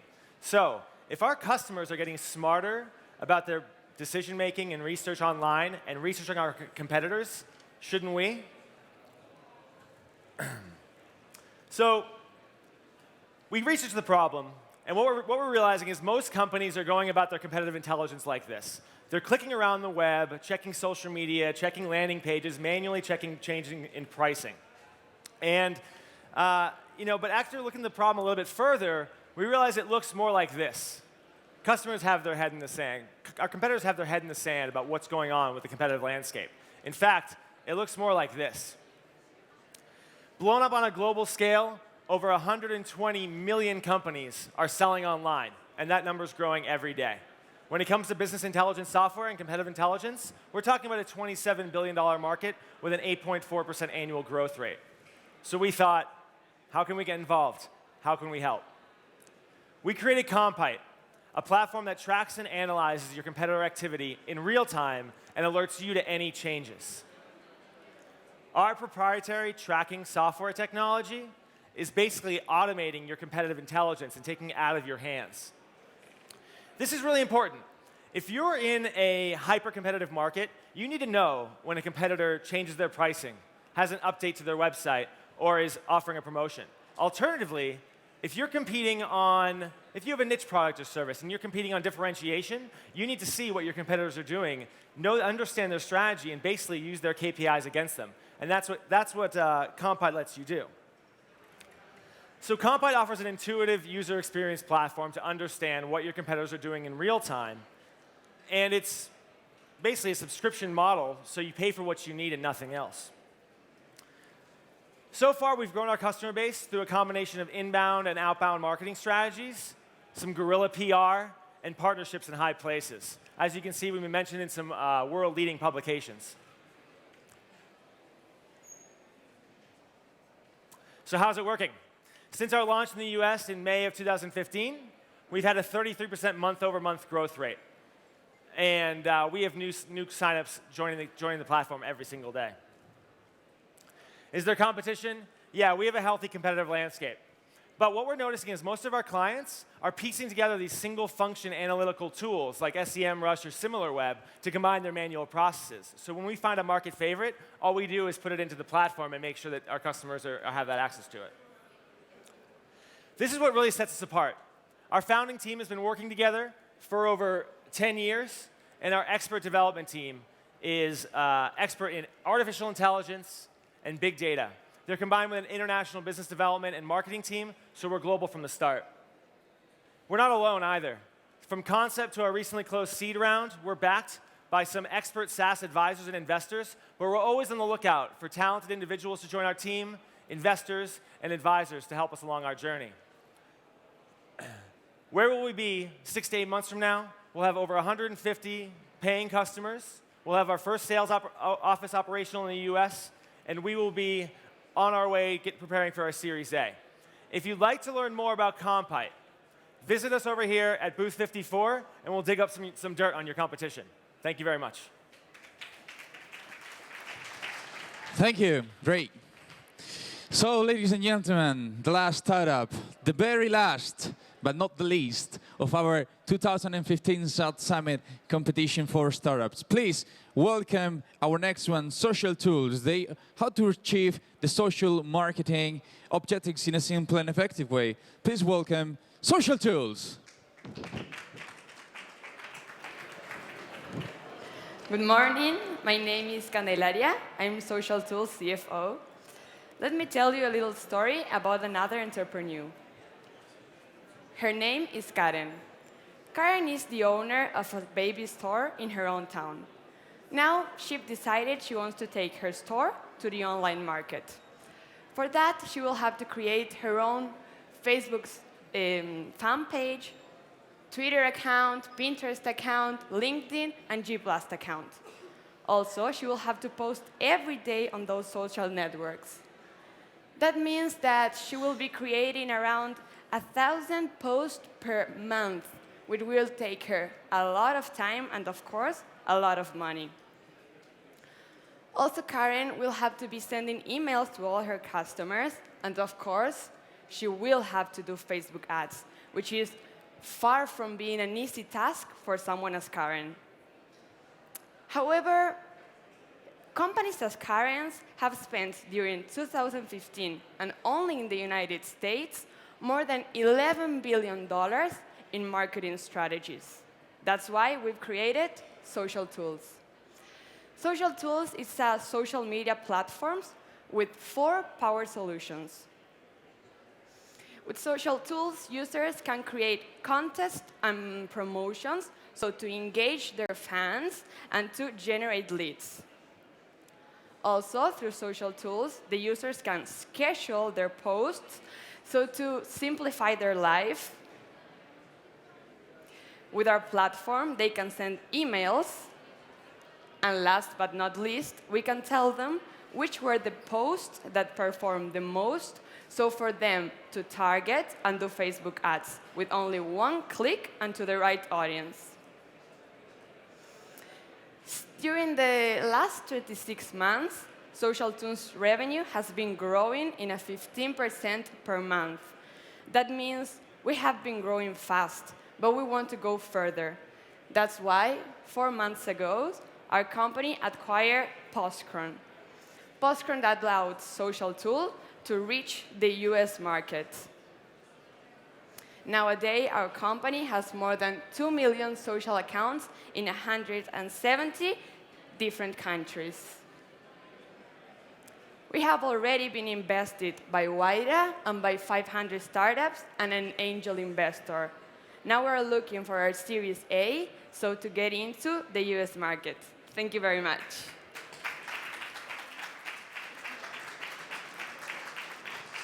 Thank you, thank you. Well, ladies and gentlemen, that was it.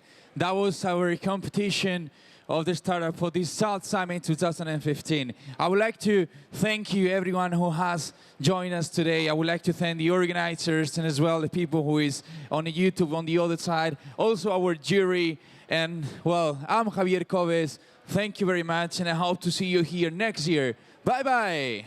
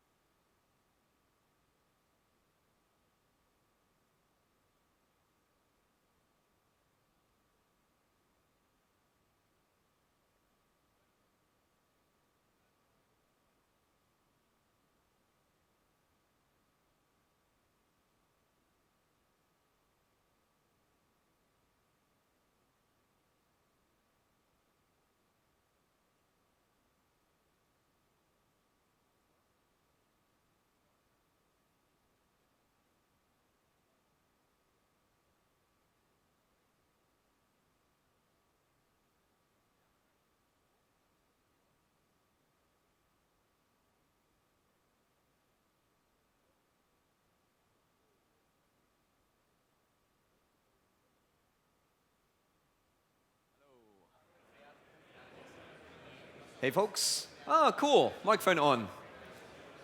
Good stuff. All right. Hi, everybody. Hi, people over here. People over here. Hey. Hey, Sophie. Hey, everyone. Good morning. Hi, my name's Andy. I'm entrepreneur in residence with 500 Startups. You might have heard of us, VC funds based out of the West Coast, but investing globally. Investors in about over 1,200 startups now. I'm, as I said, entrepreneur in residence, based in London, where we're running a Distro Dojo accelerator program, helping companies between seed and Series A stage scale up their growth through customer acquisition, online marketing, growth hacking channels, that sort of cool stuff. Before 500, I was most recently at Stripe, where I launched Stripe in the UK. And before that, I ran my own startup company, Group Spaces, membership management platform. So, let's talk about today how not to drown in startup advice. Here's a picture of me. This picture sums up my first 5 years in startups. Some of you may relate, find this familiar. So, what is advice anyways? Now, I really like this quote. Advice is limited life experiences coupled with overgeneralization. When we think about it, this quote is from Paul Buchheit, creator of Gmail. Yeah, this is, in a way, it's kind of a bit of a negative take on advice, but that's essentially what advice is all about. When we get advice from people, they're relating to their very limited set of experience, and then just sort of trying to apply it in the general case. So is this a good thing? Well, I'm a massive fan of advice. So it's been incredibly helpful to me over my, 10 years working in startups. I believe advice is our secret weapon. With advice, we can benefit from the learnings of others. So when we're in a startup, it's all about learning, how to learn as fast as possible when we're trying to prove our concepts, work on our hypotheses. And if we can do this benefiting on what others have done before us, we can achieve, hopefully success in a fraction of the time. So that's great. And there's a lot of advice out there, books, blogs, on Twitter, etc. I've listed some of my favorite places, to get advice about startups over time here. The slide deck will be available online. I'll tweet it out with my, my Twitter link. But when we're thinking about advice, there's loads out there. I find it useful to break the advice down into two parts. First of all, generic advice that you read about in the books and the blogs. Now, and this can be stuff from people who've been there and done it before, from people who've seen a lot.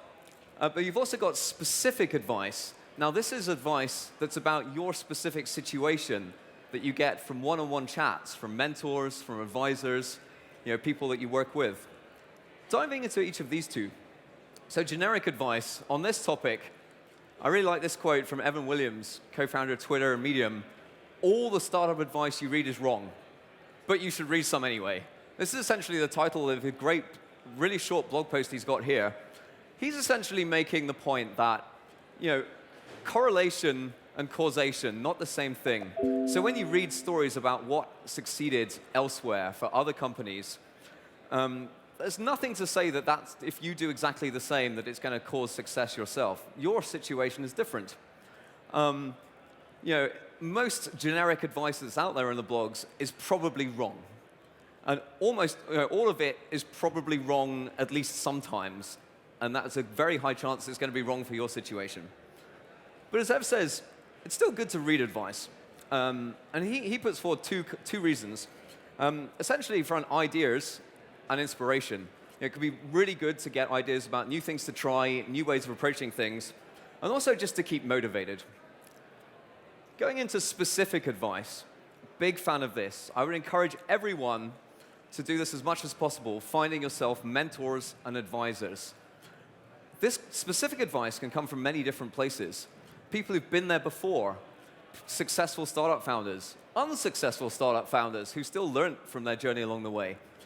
Business leaders could come from people who are traveling the same journey as you.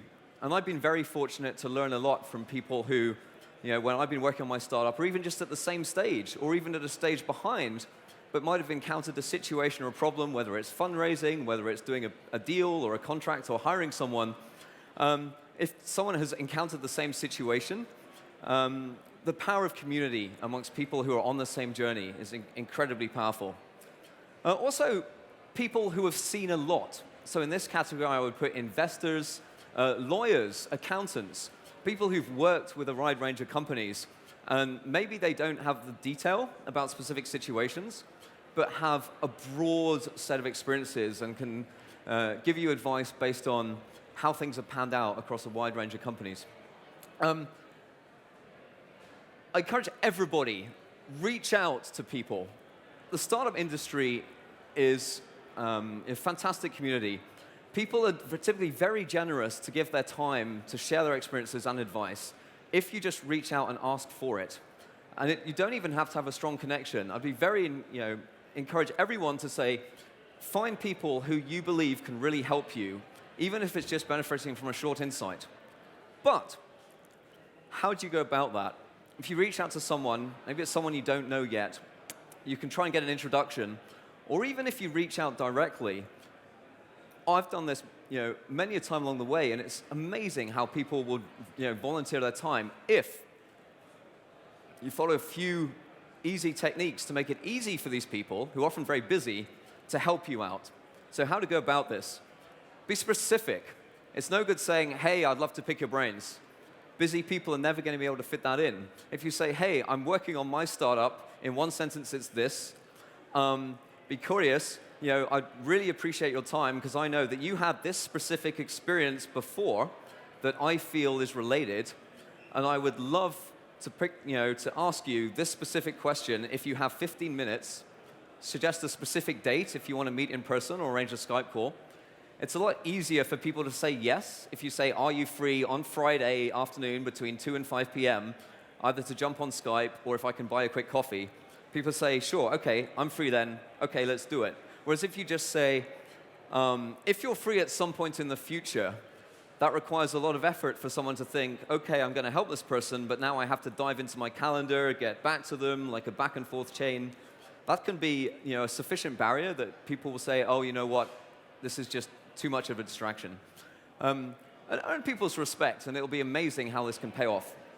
So advice is great, but too much advice, if you're anything like me, you may well relate to this. This case of like analysis paralysis, like there's so much flying around.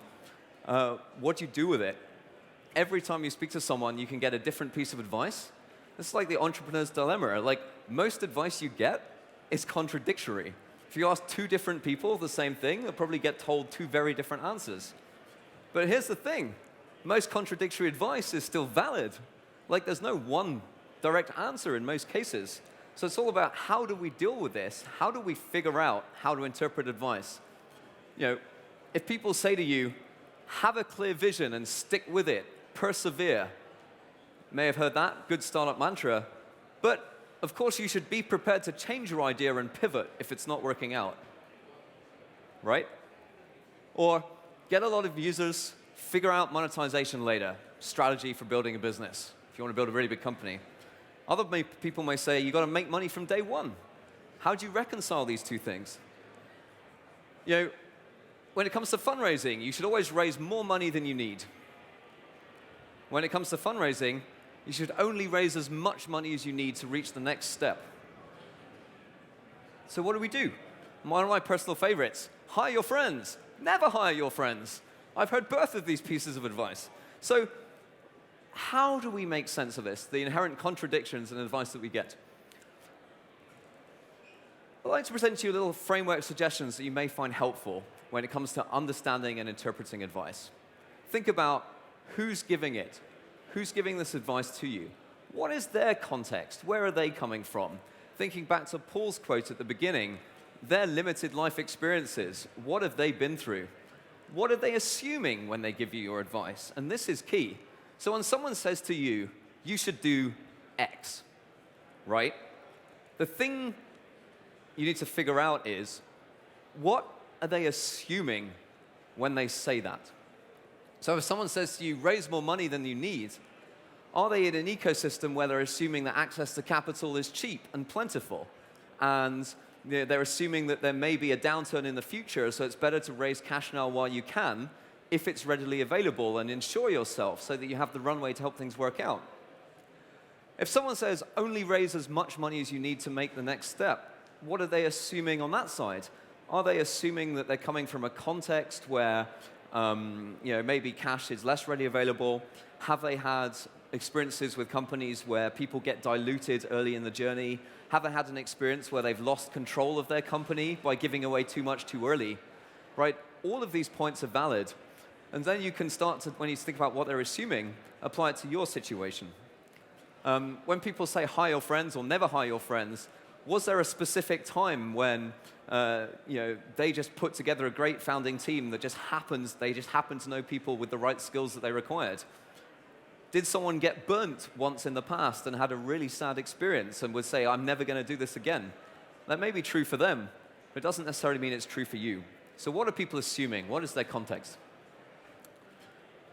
There's a lot of cliches out there in startup advice. And so you'll often be going to talks, maybe you're at a conference and someone's on stage, they've got a PowerPoint, they're up and they're saying, focus, you should focus, right? Sure, that sounds great. We should be focused. Be focused. Focus on core. How can you argue with that, right? These wonderful cliches.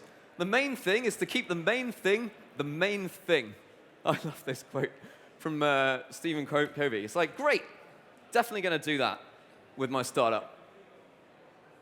Okay, but hang on a sec. How? Wait, how do I actually apply that, right? Do you know Stephen Covey, the author of 7 Habits of Highly Effective People and self-help author? Very successful guy. There's a lot of sense behind this, but the smile here, it's like, people actually buy this? I went through, with focus specifically, a very long and embarrassing journey with understanding what focus really meant in my startup over many years. And initially I thought, sure, I should be focused. And this is going back like 7, 8 years with my company Group Spaces. Focus for me, level 1, was saying no to distractions. So whenever you're working on a project, a startup company, whatever it may be, there's always people coming to you with, this is great, and you should do this. You should partner with us. Have you thought about doing this for a different market? Have you thought about these additional features? And it's a great way to start by being focused and saying, nope, these were distractions. I'm just going to focus on the things that I've decided to do and not get caught aside. So I did this, and I was very happy with myself and confident for being focused and being effective. And I continued building my startup for a couple of years until I realized that I wasn't focused at all. And that within my idea, I was struggling with the typical trap of trying to do too much within that idea. So at Group Spaces, we were a membership management platform, and he said, we know what we are, we know what we're not. We're going to build tools for online groups that meet up in the real world. We're not going to be social networking. We're going to be tools for leaders. So we're very specific. I was like, we're focused. But the thing was, it's very hard to keep cutting things out and to narrow down. And so what I realized after a couple of years, which was embarrassing, was that there were multiple ways in which people were using our products. We still had far too many features. We hadn't cut things down. We haven't narrowed out our scope. We had 3 different ways of making money. We weren't actually focused at all. It's like we're running 3 different businesses in parallel. So for me, focus level 3 was what I might refer to as like a minimum viable business. So this is when we get brutal with ourselves. We have one product for one market, one unique selling point, which is why people use it, one way of finding customers rather than the 3 or 4 that I was playing with, and you make money in one way. And when I finally simplified the business and cut down to this model, like cut out all the different things, everything started falling into place. So the key thing is, if you just have one of each of these, line them all up, then suddenly every decision you make, every decision I made on a day-to-day basis started getting a whole much easier. So this was my journey through learning behind this cliche of be focused, what focus actually meant for me. And then finally, focus level 4, if you like, for me is within the project, company, wherever it might be, at any given time, deciding to just work on one main thing or 1 or 2 main things at a time and not try and push in all directions at once. So this is a lot of what we're doing with the Distro Dojo program in London, also running programs in Kuala Lumpur and Miami, with 500 is about working with companies to help them focus on just their growth.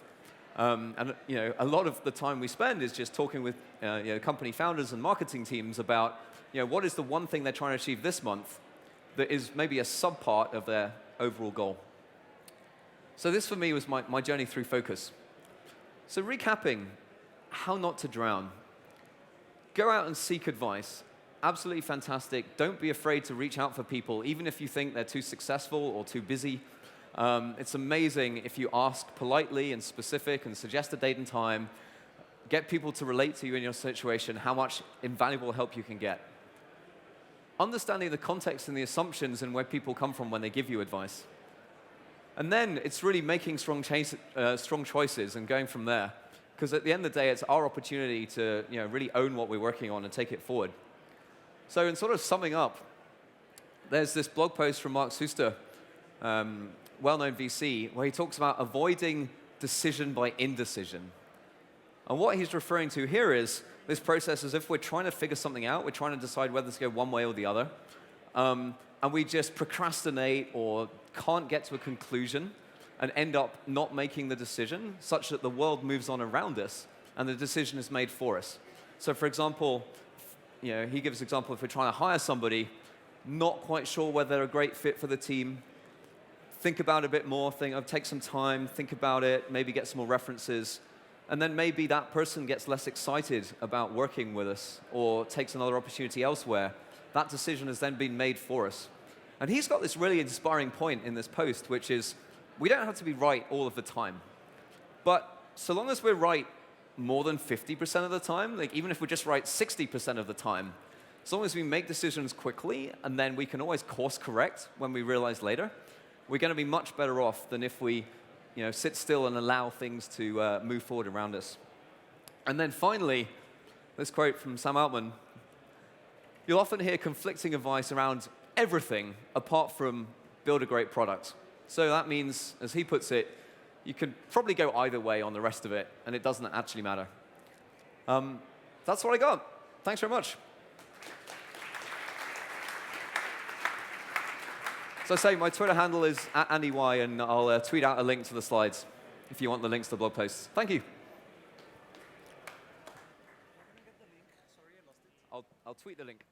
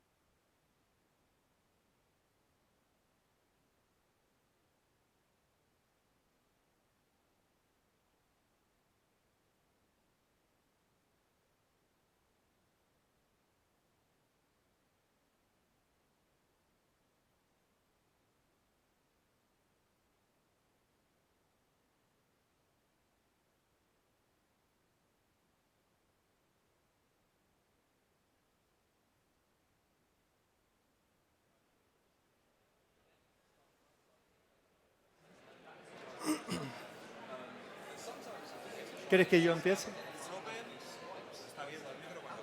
Okay. Well, look, I think I'm just going to go ahead and get started. Maybe not.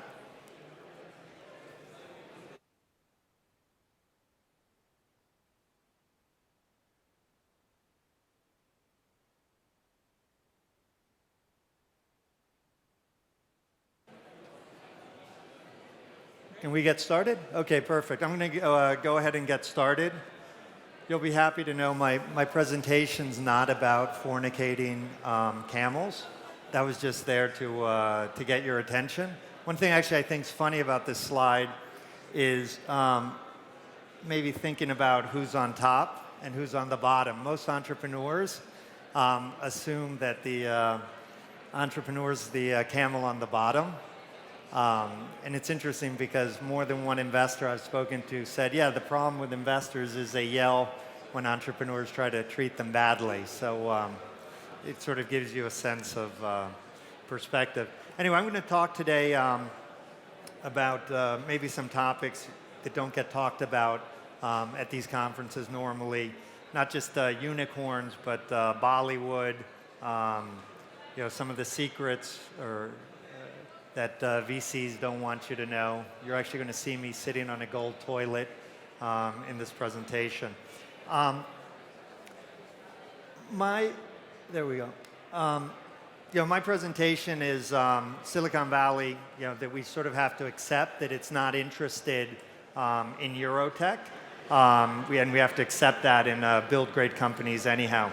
The interesting thing with Silicon Valley, which is sort of the center of the universe for things tech, or is perceived as the center of the universe, you have a lot of ecosystems trying to replicate the Silicon Valley model. I'm really think Silicon Valley can be a good inspiration, but I don't think we need to start trying to replicate Silicon Valley, especially until we really understand what makes the ecosystem work. I mean, for instance, I'm from Chile originally, and in Chile we have Silicon Valley in Miami, we have Silicon Beach, and it almost seems that every local tech ecosystem tries to sort of hitch its wagon to what's going on in Silicon Valley. Really interesting thing with Silicon Valley, from my perspective, is it's very much sort of an ecosystem on the edge. I mean, if you just think of the most basic premise of Silicon Valley, which is to make money, you have an ecosystem where you have more money going in every year than you have money coming out. So just think about that it's an ecosystem where it's almost like going to a casino where the probability of success is very, very small. And in fact, if you look at the whole ecosystem loses money as opposed to makes money. Obviously, within that ecosystem, you have some people who make a lot of money, and that's what keeps the ecosystem going. But ultimately, it's an ecosystem where, on average, most people are losing money. And actually, if you look at the returns, and I'm actually an attorney by training, so I don't love to think about numbers, but sometimes the numbers are really dramatic. You have this foundation in the United States called the Kauffman Foundation. The Kauffman Foundation is one of the largest foundations in the world. It's about an $8-9 billion foundation. And they had been investing part of their endowment in venture capital for about 10 years, and they realized the returns were terrible. And what they did in 2012 is they thought, well, hey, let us figure out if our returns are terrible because we're just giving our money to the wrong people, or is there more of a systemic problem with the tech ecosystem and money management and venture funds that people aren't talking about? And the results are really dramatic. So as of 2012, and these results really aren't any different today, because when you think by May 2012, you had sort of the whole Web 2.0 with Twitter and Facebook, et cetera, already doing very well.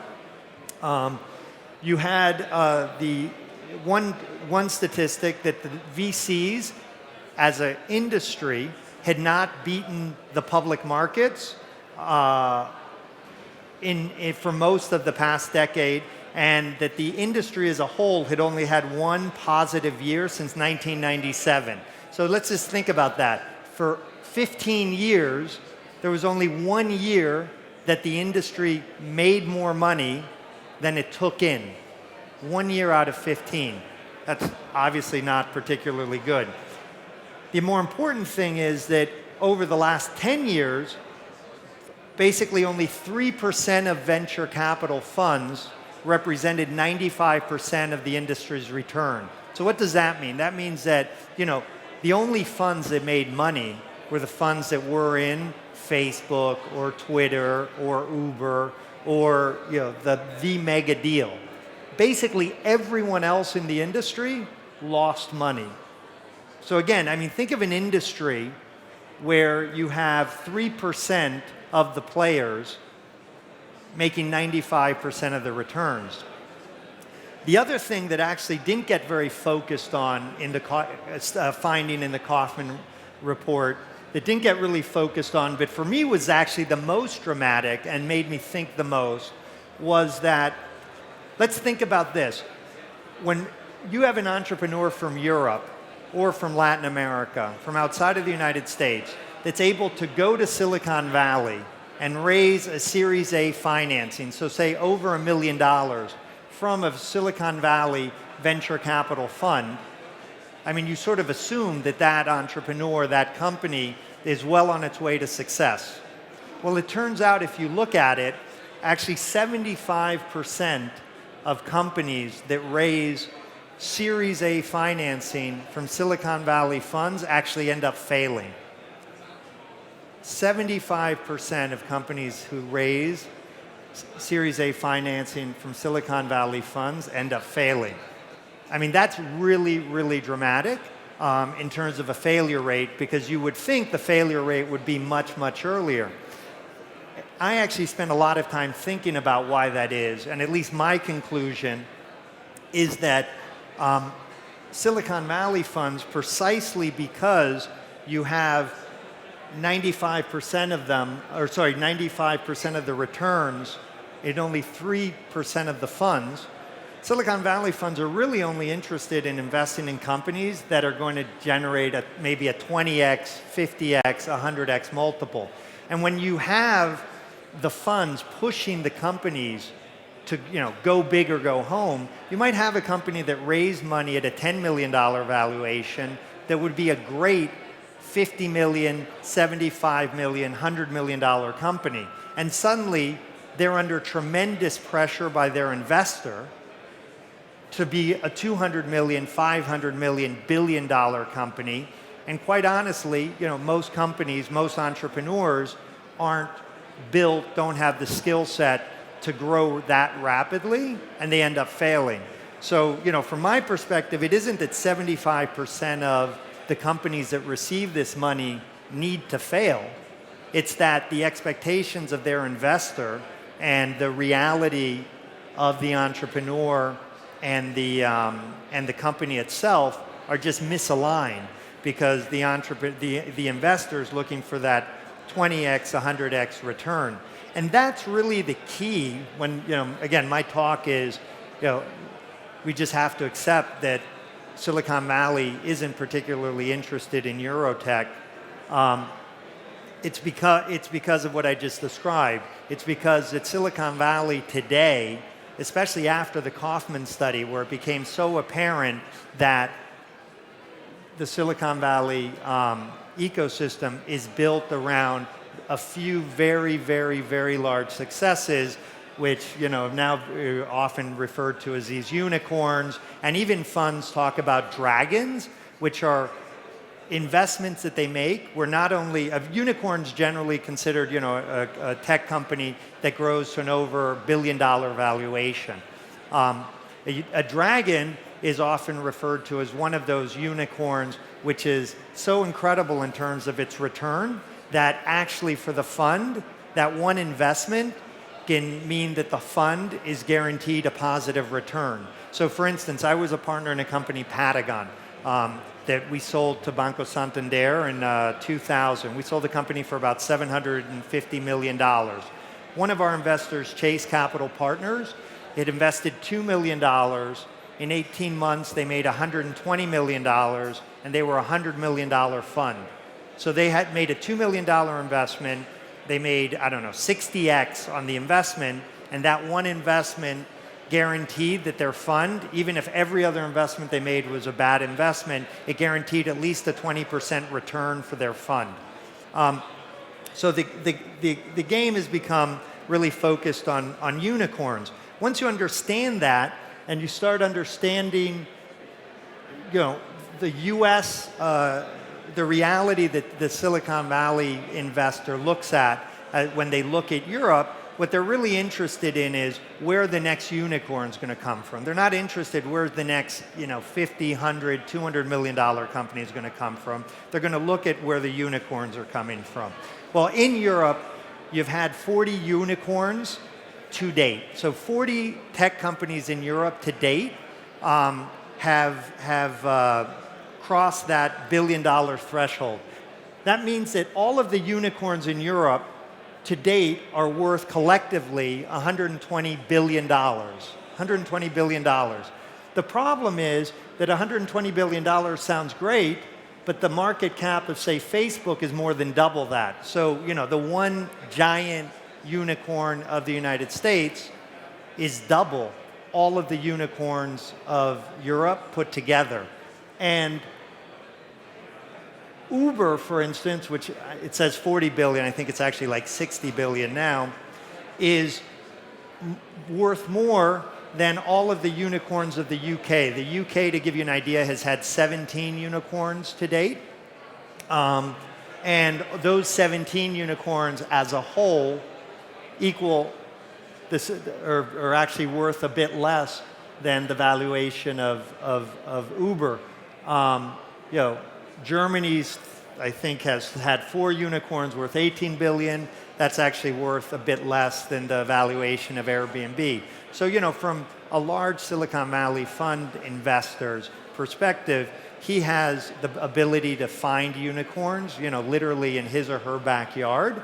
And so, to go to Europe, to go to Latin America, to go to other markets, to find these unicorns is a lot of work, and it's really understanding the dynamics of the business model of the Silicon Valley venture business and understanding, where sort of the unicorns are coming from really gives you a sense of the dynamics. One interesting thing is last year, I think in the last 12 or 15 months, Europe's actually created 13 additional unicorns. Company, Rocket Internet, Shazam, TransferWise, and several other companies. You've interestingly had also a phenomenon where you've had 3 unicorns from Europe actually go have down rounds and suddenly be worth less than $1 billion. And so, what's happened in Europe is happening around the world is you're having, a pretty dynamic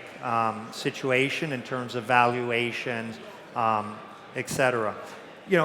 From my perspective, this whole sort of focus on, the mega successes is, I'm definitely seeing that it's distorting the perspective of entrepreneurs.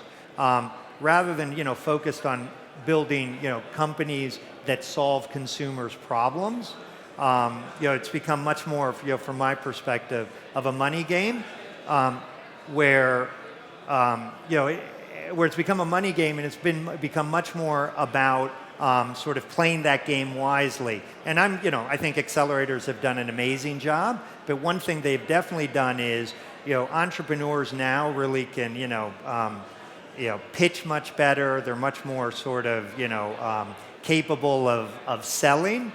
I remember, when we started Patagon, entrepreneurs were really, the sort of tech wonks. And didn't have generally a ton of social skills, et cetera. And now you see a lot of entrepreneurs who are great salespeople.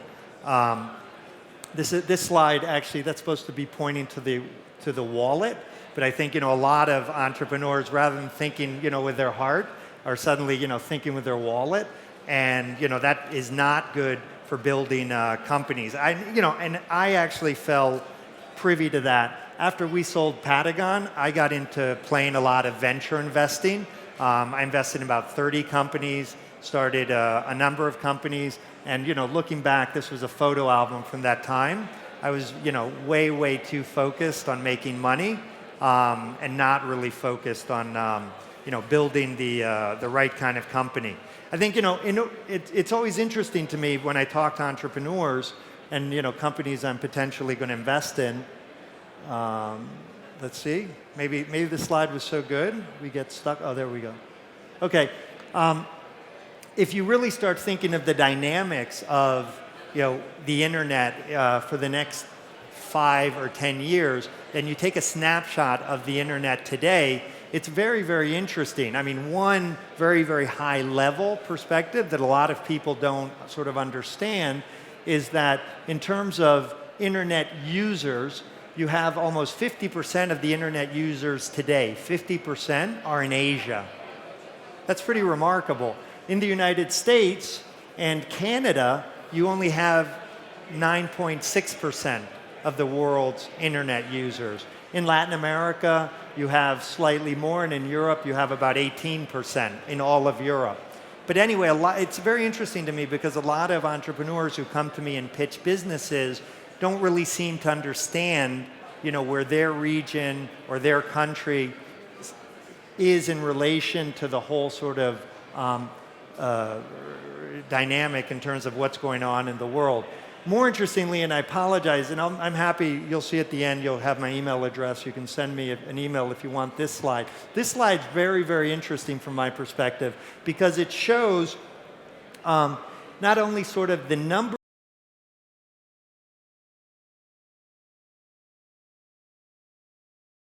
growth of internet use in these various regions. And what's very interesting is, you have Africa, who in the last 10 years has grown, over close to 7,000%. Obviously, Africa started off 10, 12 years ago with extremely low internet penetration. It's grown 7,000%. North America, which obviously is, the focus of a lot of things, has barely grown 200% in terms of internet use or penetration in the last 10 years. The interesting thing, though, is when you look at the penetration, even though Asia is 47% of the total number of internet users in the world today, you have internet penetration not even of 40%. And when you look at, say, North America, you have almost 90%. So when you start thinking, or the region I'm from, Latin America, I'm from Chile, even though we've had almost 2,000% internet growth, or said this, 2,000% internet growth, we're still only at 53% internet penetration. And so, for me, I start thinking about that and say in Latin America, we're a region of 600 million people. You have about 350 million people who are connected to the internet today. What's interesting with those people is about 150 million of them have come online in the last 3 years. So you've had 150 million people come online in the last 3 years. That's amazing.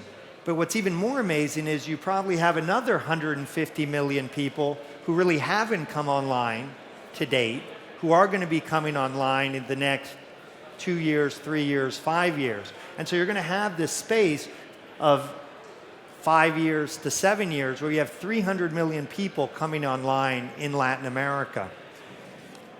Once you understand sort of, those dynamics, and you understand that, probably in these regions you need to build a different kind of company that is than the typical company that's being built, say, in Silicon Valley, targeting a different kind of market, you need to start thinking about what kind of ecosystems should we be trying to build. And I always think that what we need to think about outside of the Valley is take inspiration from Bollywood. Bollywood, as some of you may know, is a film industry of India.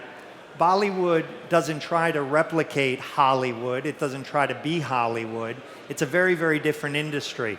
In Bollywood, films, I don't know how many of you watch a lot of Bollywood movies, but you know, the movies have very, very different sort of plot structures. They tend to be musicals with a lot of dance. The average Bollywood movie costs about $1.5 million to produce, as opposed to a Hollywood movie, which averages over $30 million. But Bollywood's a very, very successful industry, which takes some inspiration from Hollywood, but it's its own unique ecosystem, very, very tailored for the local market. And it's very successful. To give you an idea, Bollywood a year sells about 3 billion tickets, mainly in India, but 3 billion tickets. All of Hollywood's movies sell about 1 billion tickets. Actually, Bollywood outsells Hollywood in terms of ticket sales 3-1. Hollywood beats Bollywood in terms of total revenues about 20-1. So, you know, Hollywood's much, much, much bigger on a world scale, but Bollywood is a very, very significant. It's about a $4 billion industry. And again, it's an ecosystem pretty apart and independent from the Hollywood ecosystem, even though occasionally you have, you know, crossover movies like Slumdog Millionaire, etc. So, you know, when I think about that, and I start thinking about the kinds of companies that we should, you know, be thinking about building, I really start thinking, okay, if you go back to that slide where you had, you know, sort of the internet today with 47% of users being in Asia, but only 38% internet penetration. Or you have Latin America, which has 53% internet penetration, or you have Africa, which doesn't even have 30% internet penetration. You see that, you know, there's a tremendous opportunity still in those markets.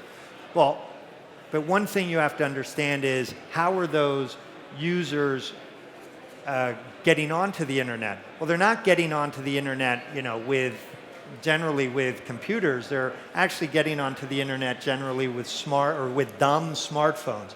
You know, 2 generations ago, not, you know, the new iPhone 6S, but, you know, some old, you know, Samsung or Nokia or something with a pretty, you know, slow processor. Those users also aren't nearly as affluent as the users that you would normally see in the United States. To give you an idea, the average internet user in the United States has an annual income of $50,000.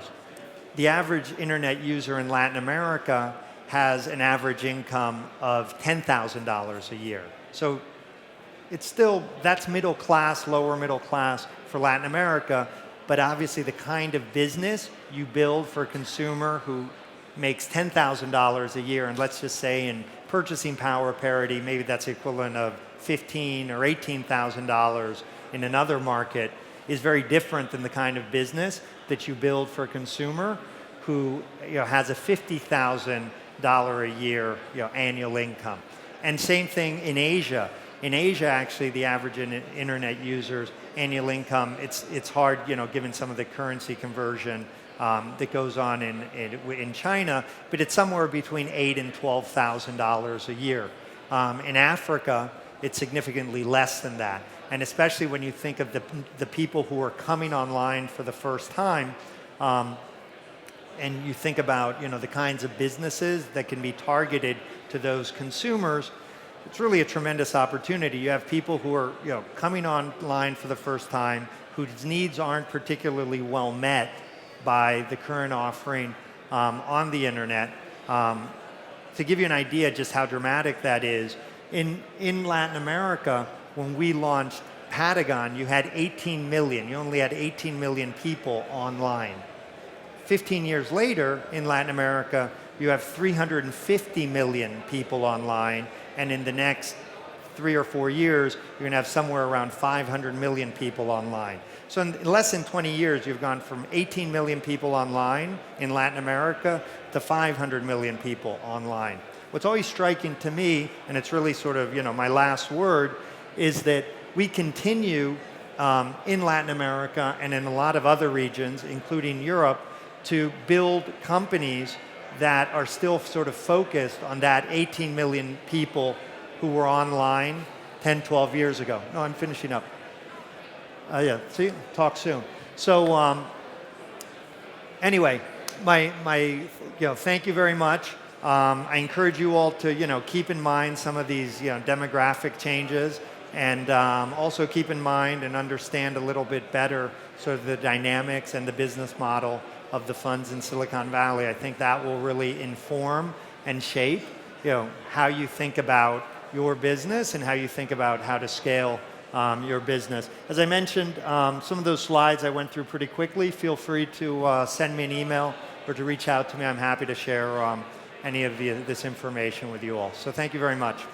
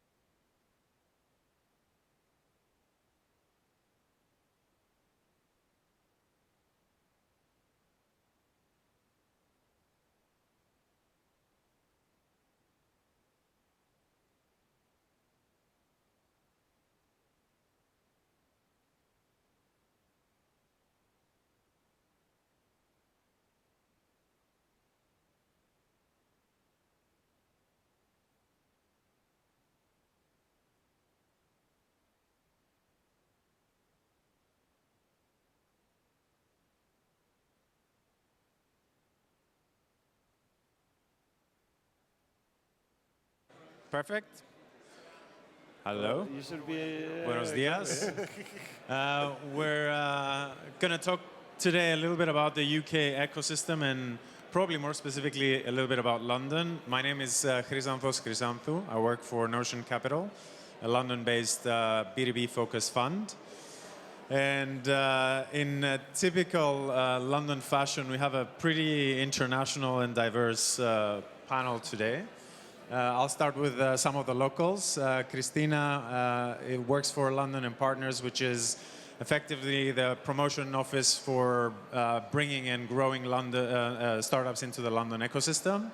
Javier is originally from Córdoba, I believe, and he moved to London a few years ago to bring his company over, a company called Social Bro, Twitter optimization for businesses, effectively. And we'll talk a little bit about that journey.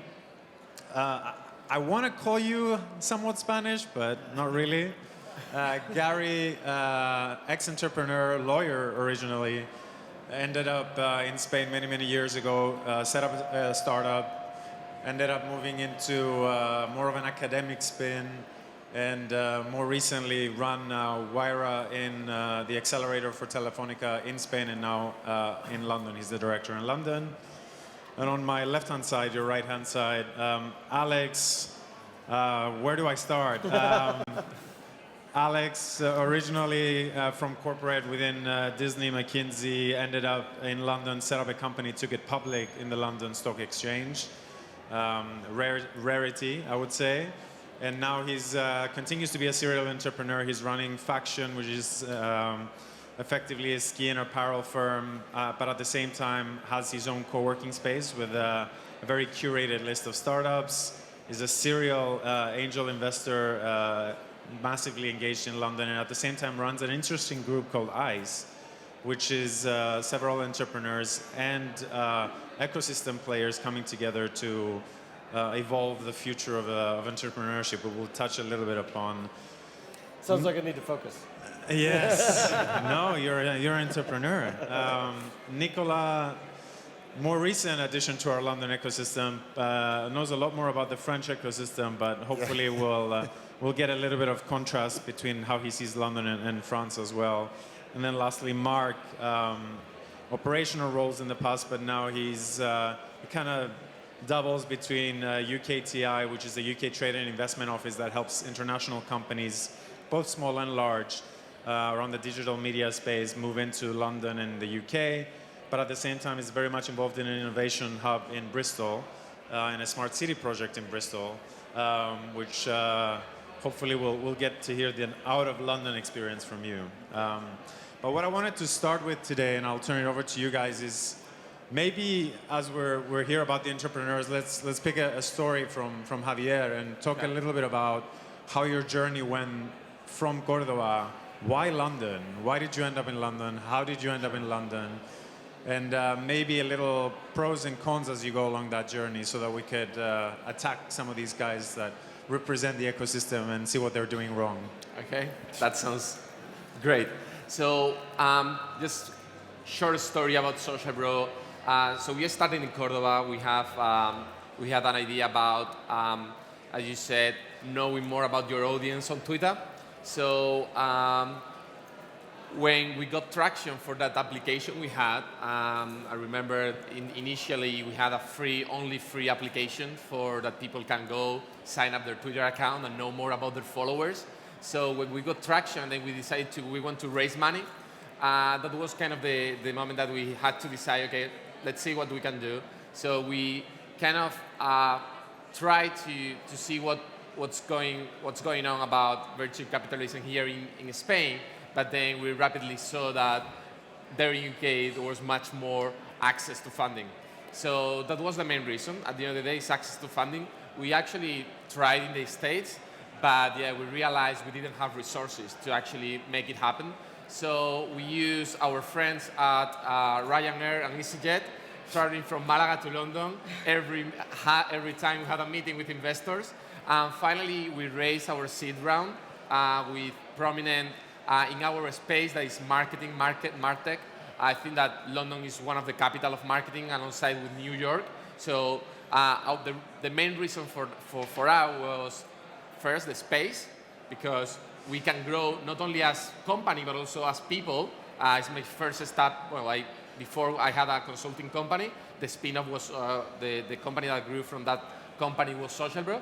But being my kind of first startup that I want to scale, etc., then obviously for me as person it's really important to grow. And then as well as company, I think is the best place for a company like Socialbro to internationalize. So let me interrupt you there. Yeah. So you landed in London. How do you start? I mean, how do you, obviously, early stage company, you want to think about angel investing, you want to think about potentially accelerator, yes or no?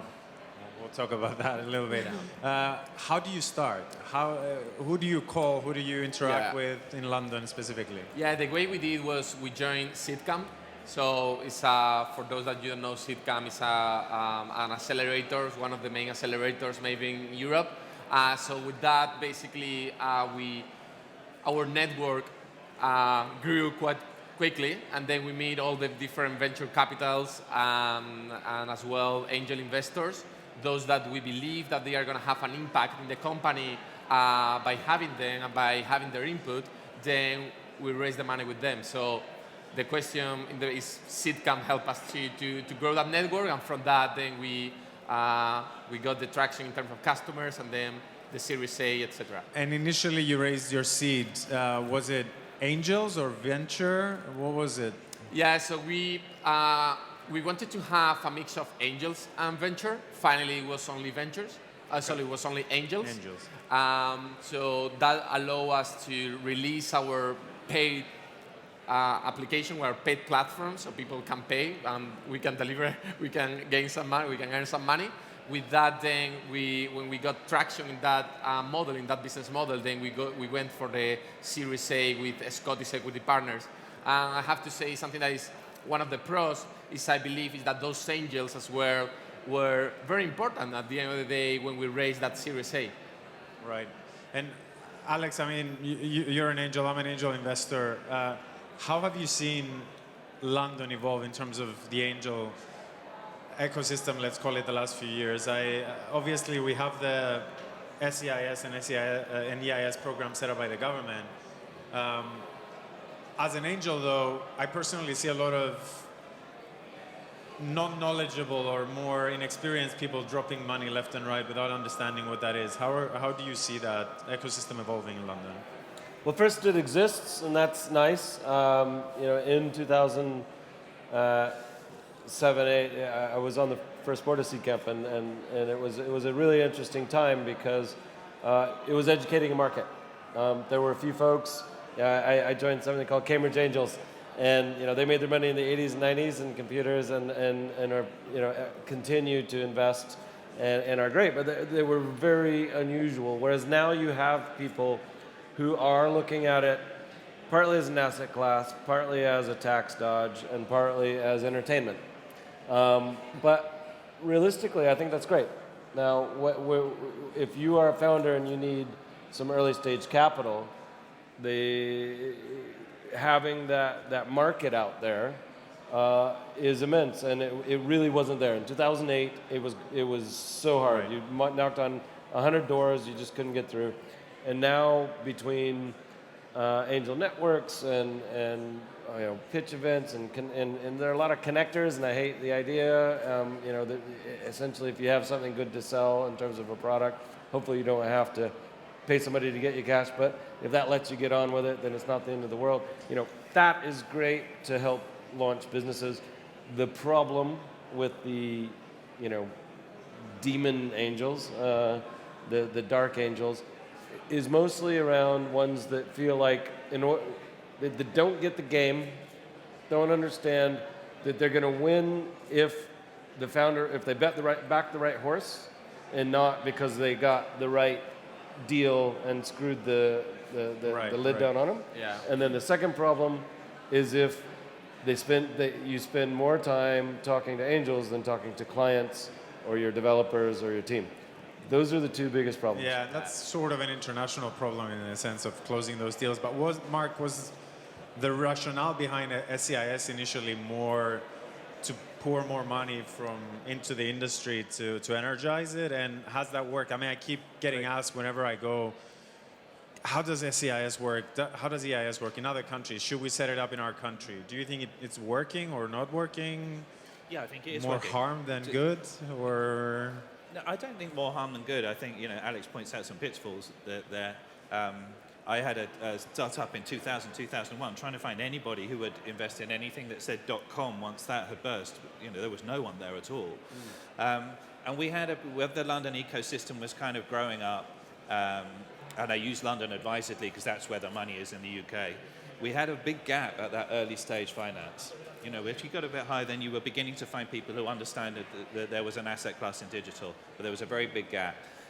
EIS, the Enterprise Investment Scheme, had worked very, very well with the film industry, and it had brought people into that. Again, there were some rough edges to it, and so it was very much seen as a way of bringing more early stage money into the system.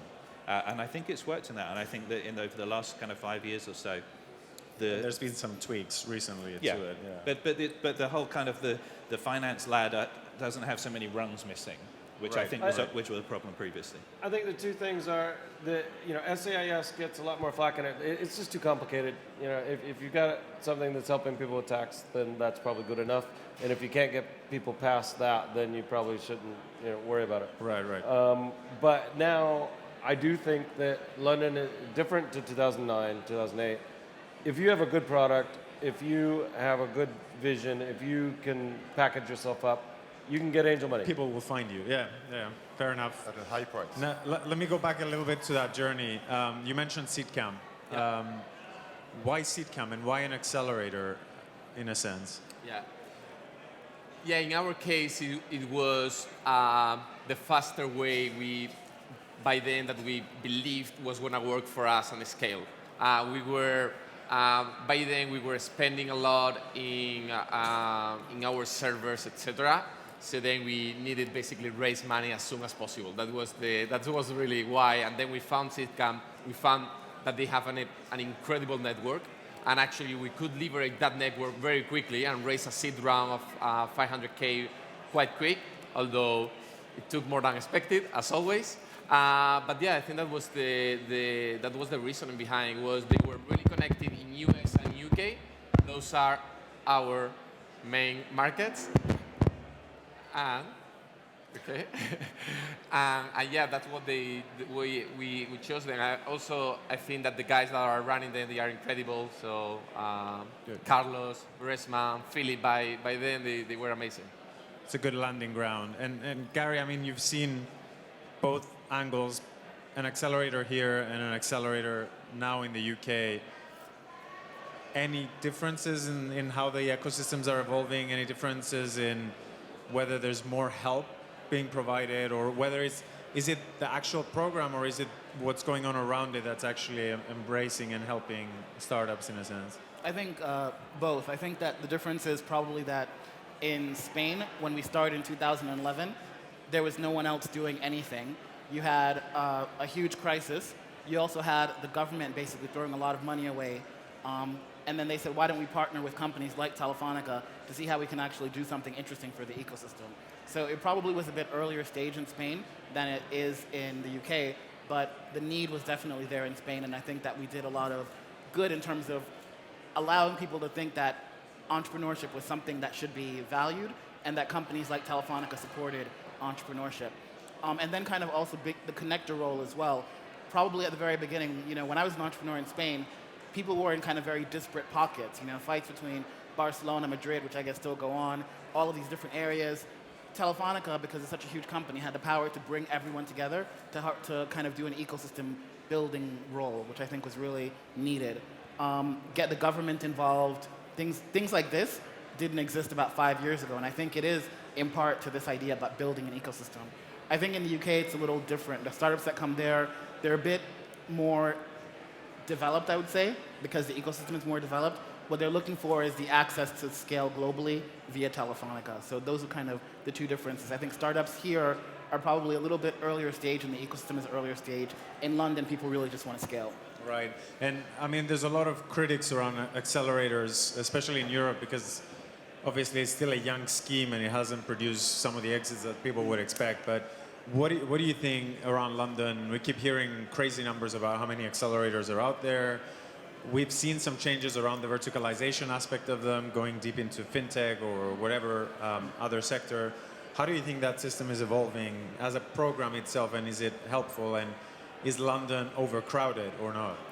I think it's the same answer that was given about investors. When you're an entrepreneur, it's really, really lonely, and anyone that's trying to help is probably valuable to you. Whether you're going to a new market or you're starting up a business, it's like you don't know most of the answers to the questions that you'll be asked to answer. So if someone is going to be able to help you with those answers, it's valuable. I don't think you can ever have too much help. I think that what you need to do is make sure that there's some sort of filtration so that they're not abusive accelerators that are offering services that they're not actually delivering. Right. So not crowded then? No, not, I mean, it's like, I always say, are there too many doctors, too many lawyers, too many investment bankers? Well, only if you're not the best. So the point is to make sure that... Pick right. Yeah, pick right. I think London is the place you really learn that you have to say no. You have to say no to angels, agreeing with your point about dark angels, how you call it. And you have to say no to a lot of people. My inbox, I think that has been accelerated since I arrived in London.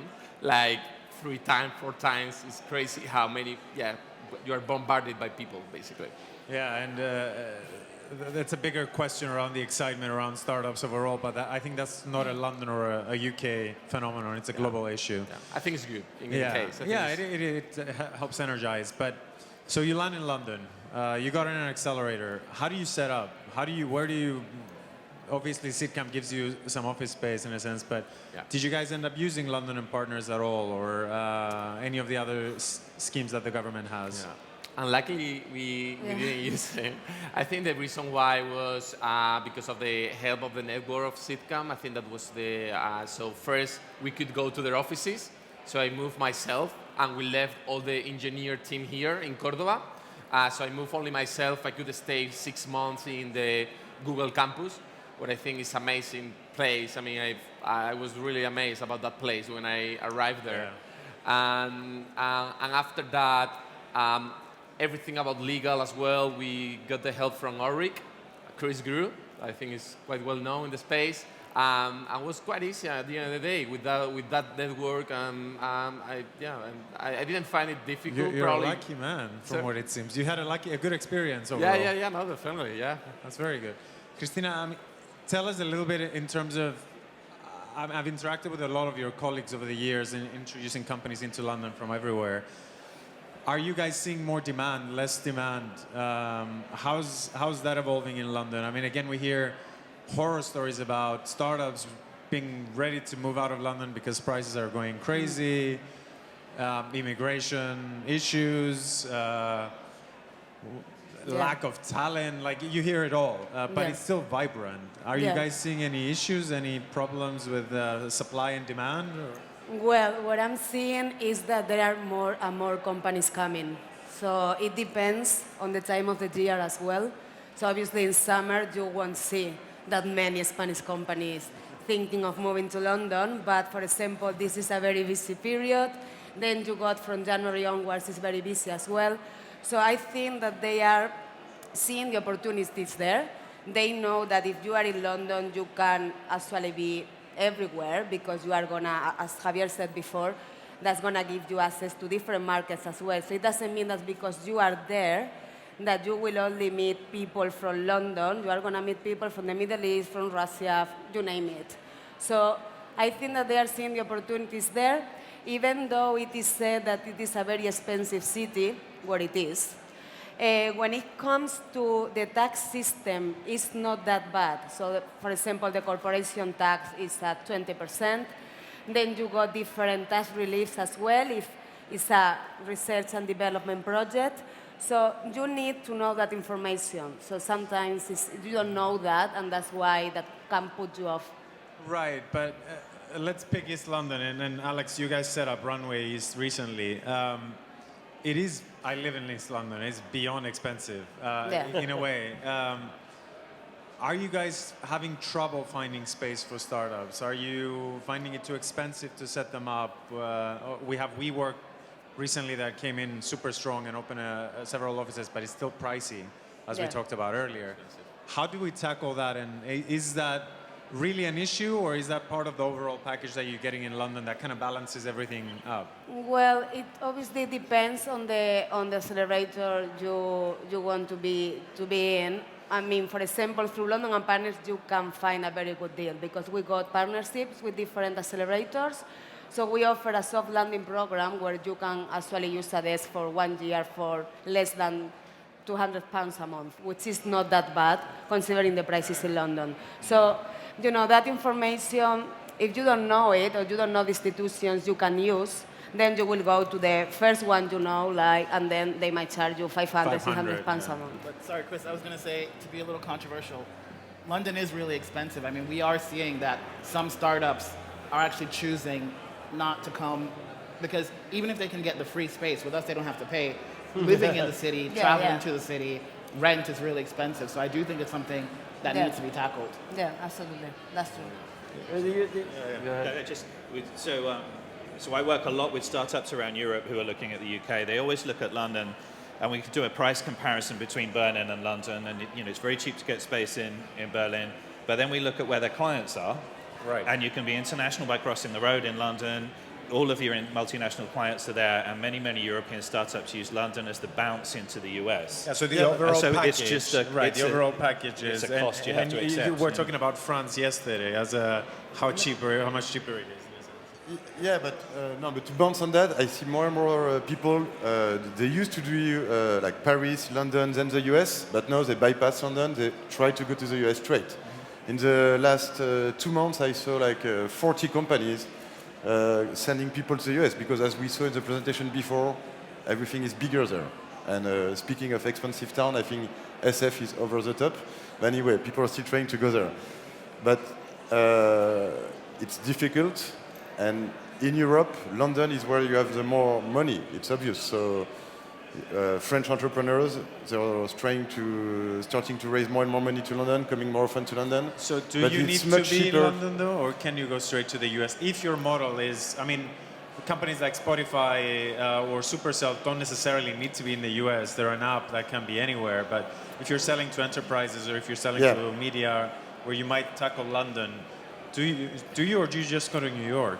Or I mean, looking at the French ecosystem, they go directly to New York or SF, and they keep the developers in France. Because France has less tax break for investors, but a lot of tax break for social tax. So basically the government say when you hire like engineers, you don't pay any social tax on top of the salary. So they end up being really cheap and good quality.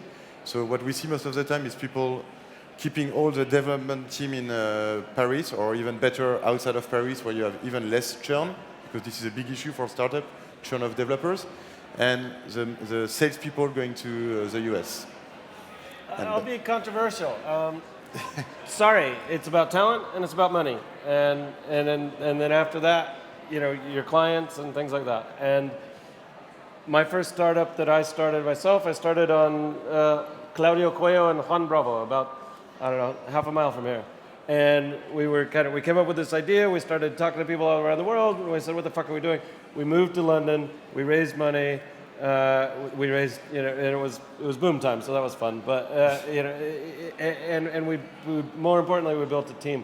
If I look at my building in East London right now, you don't hear English, man. I mean, it's some of the best. If you are 26 and French, if you are 26 and Italian, now it's the Portuguese wave, the Greek wave. You know, you've got fantastic people that you can hire. Now, it is harder to keep them because there are alternatives. And that makes part of the CEO's job or the founder's job to be a salesman and sell to their team and their staff, as well as selling to the investors to get the cash to pay them. But, you know, I'm also a big believer, there's a stat about in the US, the likelihood of building $1 million success is higher in St. Louis than it is in Silicon Valley, because most of the Silicon Valley ones die. Whereas, but the idea of the prospects of building a $100 million success is higher in the Valley, right? And I think the same applies here. You can build a company here. I highly encourage it. But if you want to go big, then it's easier to do it in London. But I mean, you mentioned talent, and there is a massive influx of all the continental Europeans. But I keep hearing that there's a talent shortage as well. Yes. Are you finding it difficult to hire? Are you? Yeah, definitely, especially in commercial, meaning really talented people or selling or putting together the commercial models that makes you scale. And I think London is great for that, to be honest. I think there are really talented, high executives that can help you to scale your company further. I think that's, especially, obviously depends on companies, but when you are selling to UK or US, obviously being there is a necessity. I think the presence is mandatory there. I would try sometimes. There are, for example, companies like Google and Facebook that have big operations in Barcelona, serving worldwide, and operation, not only operation in terms of support, but as well growing in sales. And I think that I think that the people are going to make big deals, etc., they have to be there in London, etc. And yeah, definitely finding difficult hiring good, talented people in commercial marketing and sales, yeah. But I was going to say, I think there's an interesting point because two of the more recent examples in Spain of big rounds are actually entrepreneurs who went directly to the US as well. So Carto Debe, for example, I think they got funded by Excel. They basically made the decision, well, we're talented, let's go to America directly. I think London, if you're Spanish, is a good intermediate point. But if you are good enough, maybe you think, well, let's just go full out. Yeah, there's always going to be that top 1-2% that will go straight, but the rest need the help. And maybe one last point about London, going to your next round in terms of fundraising for a later round. Something that London is always famous on, and everyone keeps talking, is that the majority of the big funds and the money is in London. So everyone does pass through London from continental Europe. How did you find that, and how are you seeing that evolve? I mean, I keep hearing and I keep getting every day new fund being raised in London. How is that looking for you? Are you going to raise there for the next round? So in our case, for our Series A, or that we raised with Scottish Equity Partners with SCP, I think was good the competition around, so that at the end of the day helped you to get better conditions for your deal. So that is good for founders at the end of the day. Next round, we will be. I think that for a company, always good to funds that have a leg in the US as well. So kind of combine local influence versus internationalization. I think it's good. I mean, London have many of them. So. But in terms of price, I can tell you that having worked for a French local VC for a few years and now for a London-based one, as an entrepreneur, try to raise money in London because VCs and angels pay much higher price. Yeah, and we talked about this earlier, right? There's so much competition. Yeah, there's so much competition, and so price goes up, and also you can discuss we're in a bubble or not. But anyway, like when I was in my French fund, I rarely pay more than 10 million for a Series A or seed. In London, I never saw a deal below 10 million. Yeah, tell me about it. The good news is that all the VCs are looking for value, and so they are going out, and that will spread to. They're looking for the non-competitive deal in Spain or in France right now. And even the American now. What is changing also a lot is I think like the US fund are looking a lot in Europe. For sure. Look at Typeform. I mean, they raised with Index, but I know some American funds were around. USV just invested in a French company they never did before, and they're looking more. So there is more competition between funds, and there is more competition from the outside. As a London VC, sort of London VC, are you comfortable, or are you not comfortable in how the venture ecosystem is evolving? I keep hearing as well that, I keep seeing as a VC that the prices are getting more and more inflated in London compared to the rest of continental Europe. Yeah, I mean, when I'm uncomfortable is that when I see price are inflated when money goes in of the startup, but price are not inflated when money is going out of the startup. So this is an issue, but we'll see. Let's see where this leads. We are in a power law business, so when you hit big, you hit really big. That's what we're looking at. But for other business, there will be some broken stuff. Yeah, fair enough. So maybe a different angle. We've been talking about London. UK is broader than London, and Rodrigo from Point9, a friend of ours, wrote an interesting blog about Spain the other day, just to shake things up a little bit here, about the split between Madrid and Barcelona and having two main hubs, and how that might not be potentially good, versus a lot of the other countries have Paris is the main hub and London is the main hub of the UK. Let's not talk about and argue Spain and Madrid and Barcelona, but is there anything else going on in the UK, or should startups just say, let's go to London? Or should VCs only look at London? No, I mean, I think the VCs actually would be well advised to get out of London a little bit. London has the monopoly on money, but it doesn't have the monopoly on talent or ideas. And there are some really interesting things happening in cities like Bristol, Manchester, Ignite. Cambridge is very well known for, Arm and Brighton. And what tends to happen is that these cities have their own kind of personality. So Brighton moved from a games-based system to one which is very much now about kind of e-education and mixing games. Bristol has all the kind of semiconductor makers, but it also had a very strong media ecosystem, with the Natural History Unit and the BBC there and Aardman Animation. So you're finding some very interesting kind of crossovers. Manchester with advertising, design, music. So what happens, as I was saying to Alex, in the other cities, people are much more visible. You can grab people. So in the lab that I work in, we will grab around a project a designer, an architect, an artist, because artists are unreasonable and we like them for that, technologists, and we'll squish them around ideas. And so I think you're finding that there's more happening. The Tech City UK Tech Nation report surveyed something like 48,000 businesses. They're just doing it again. 75% of those are outside of London. Right. No, it might be that when they scale, they start to move. But actually, as I say, there's no monopoly on talent and ideas. And there's some really interesting things happening in these clusters. And it is cheaper. And it is cheaper. We're finding it with some of the big East London, the flagship Shoreditch companies. They get to 100 people and say, hang on a second, I've got 100 people in Curtin Road. Why don't I keep my sales staff here and move my developers to Bristol or to Manchester? But my challenge to that is if I have my 100 developers somewhere else, I'd probably rather have them somewhere with a nicer climate. No, I heard that Rocket Internet has 400 people in Porto. Yeah.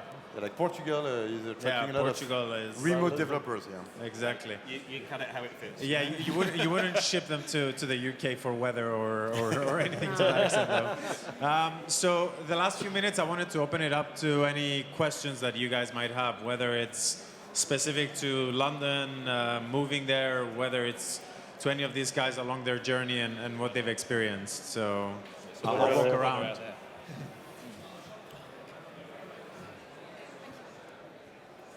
Hi. I'm half from London, half from Amsterdam, brought up between Barcelona and Lisbon, so I feel like I can talk about this.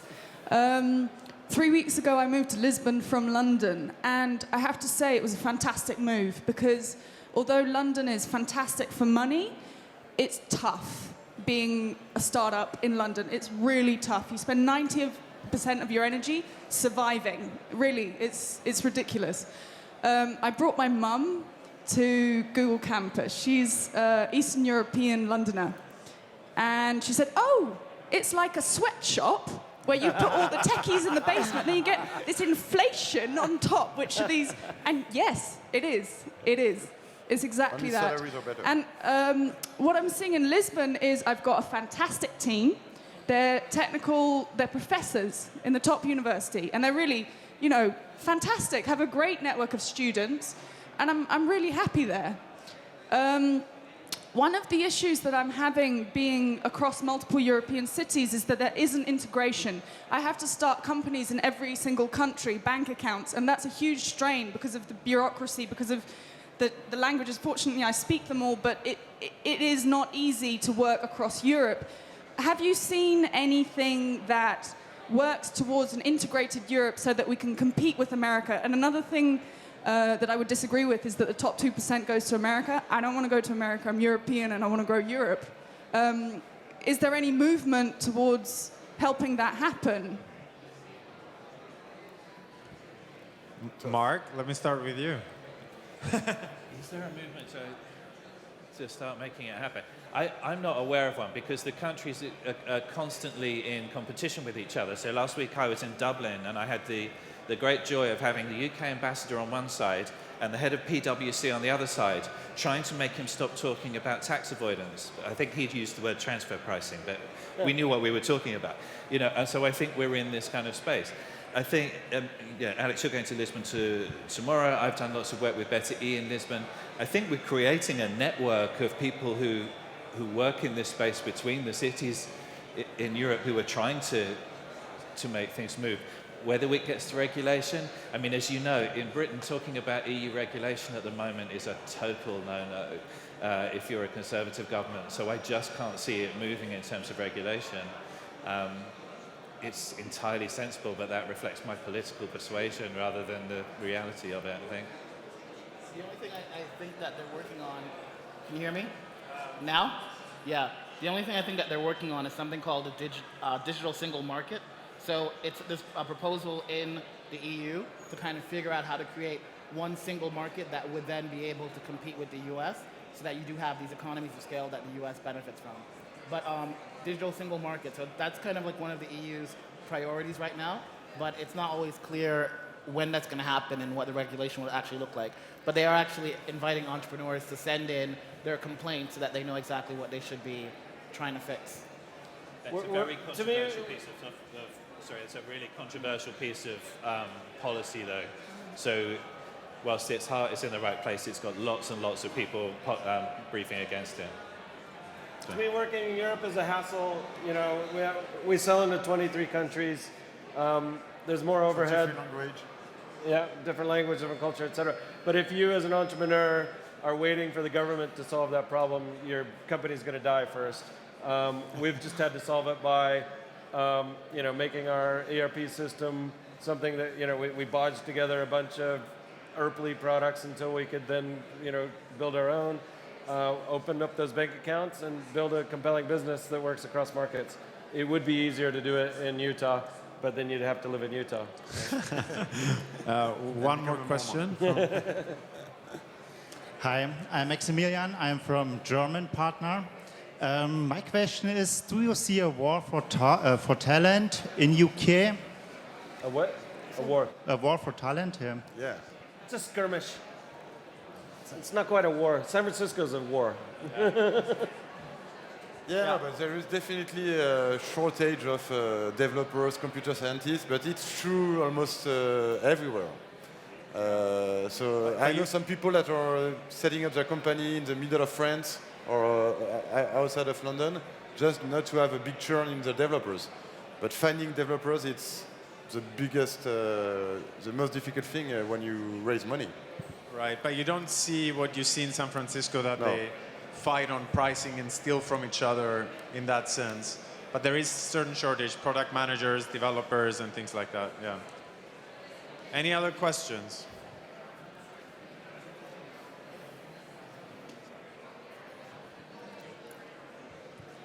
Hello. Do you see Latin American entrepreneurs in the London ecosystem? And do you see if the entrepreneurs from London and England watch the market of Latin America to grow? I couldn't hear the second part of the question. Do you see Latin American entrepreneurs in London, and do you see London entrepreneurs targeting Latin America? So, yes and yes. I think that a lot of the companies that come to Wayra are specifically looking at what we can do. Can you hear me? Yeah. A lot of companies are looking to see how they can expand to Latin America. So at least from our point of view, maybe it's because we're a Spanish company in London, we do get a lot of people trying to attack that market. And you do see like everyone in London, so Latin Americans included. And a lot of Spanish entrepreneurs are in London, as we can see here, so yeah. I think it's a less well-trodden path. Yeah. I think it's a less obvious path. The Mexican government has been doing lots and lots between the UK and Mexico over the last year or so. So we're beginning to see that. Everybody's interested in Brazil but can't quite work out how they can address it. So it's less well-trodden, but there's plenty of interest. Yeah, and there's some funds that, like Atomico, for example, that has some presence and provides help with expanding to Latin America, but not very common. It takes longer for them to set up, though, because they have to face visa issues as well. So normally the process for a Latin American company to set up in London is going to be around a year. Less than that is not easy for them. Great. I think we're done. Thanks everyone for the comments, and Thank you. everyone moved to London. That's the conclusion.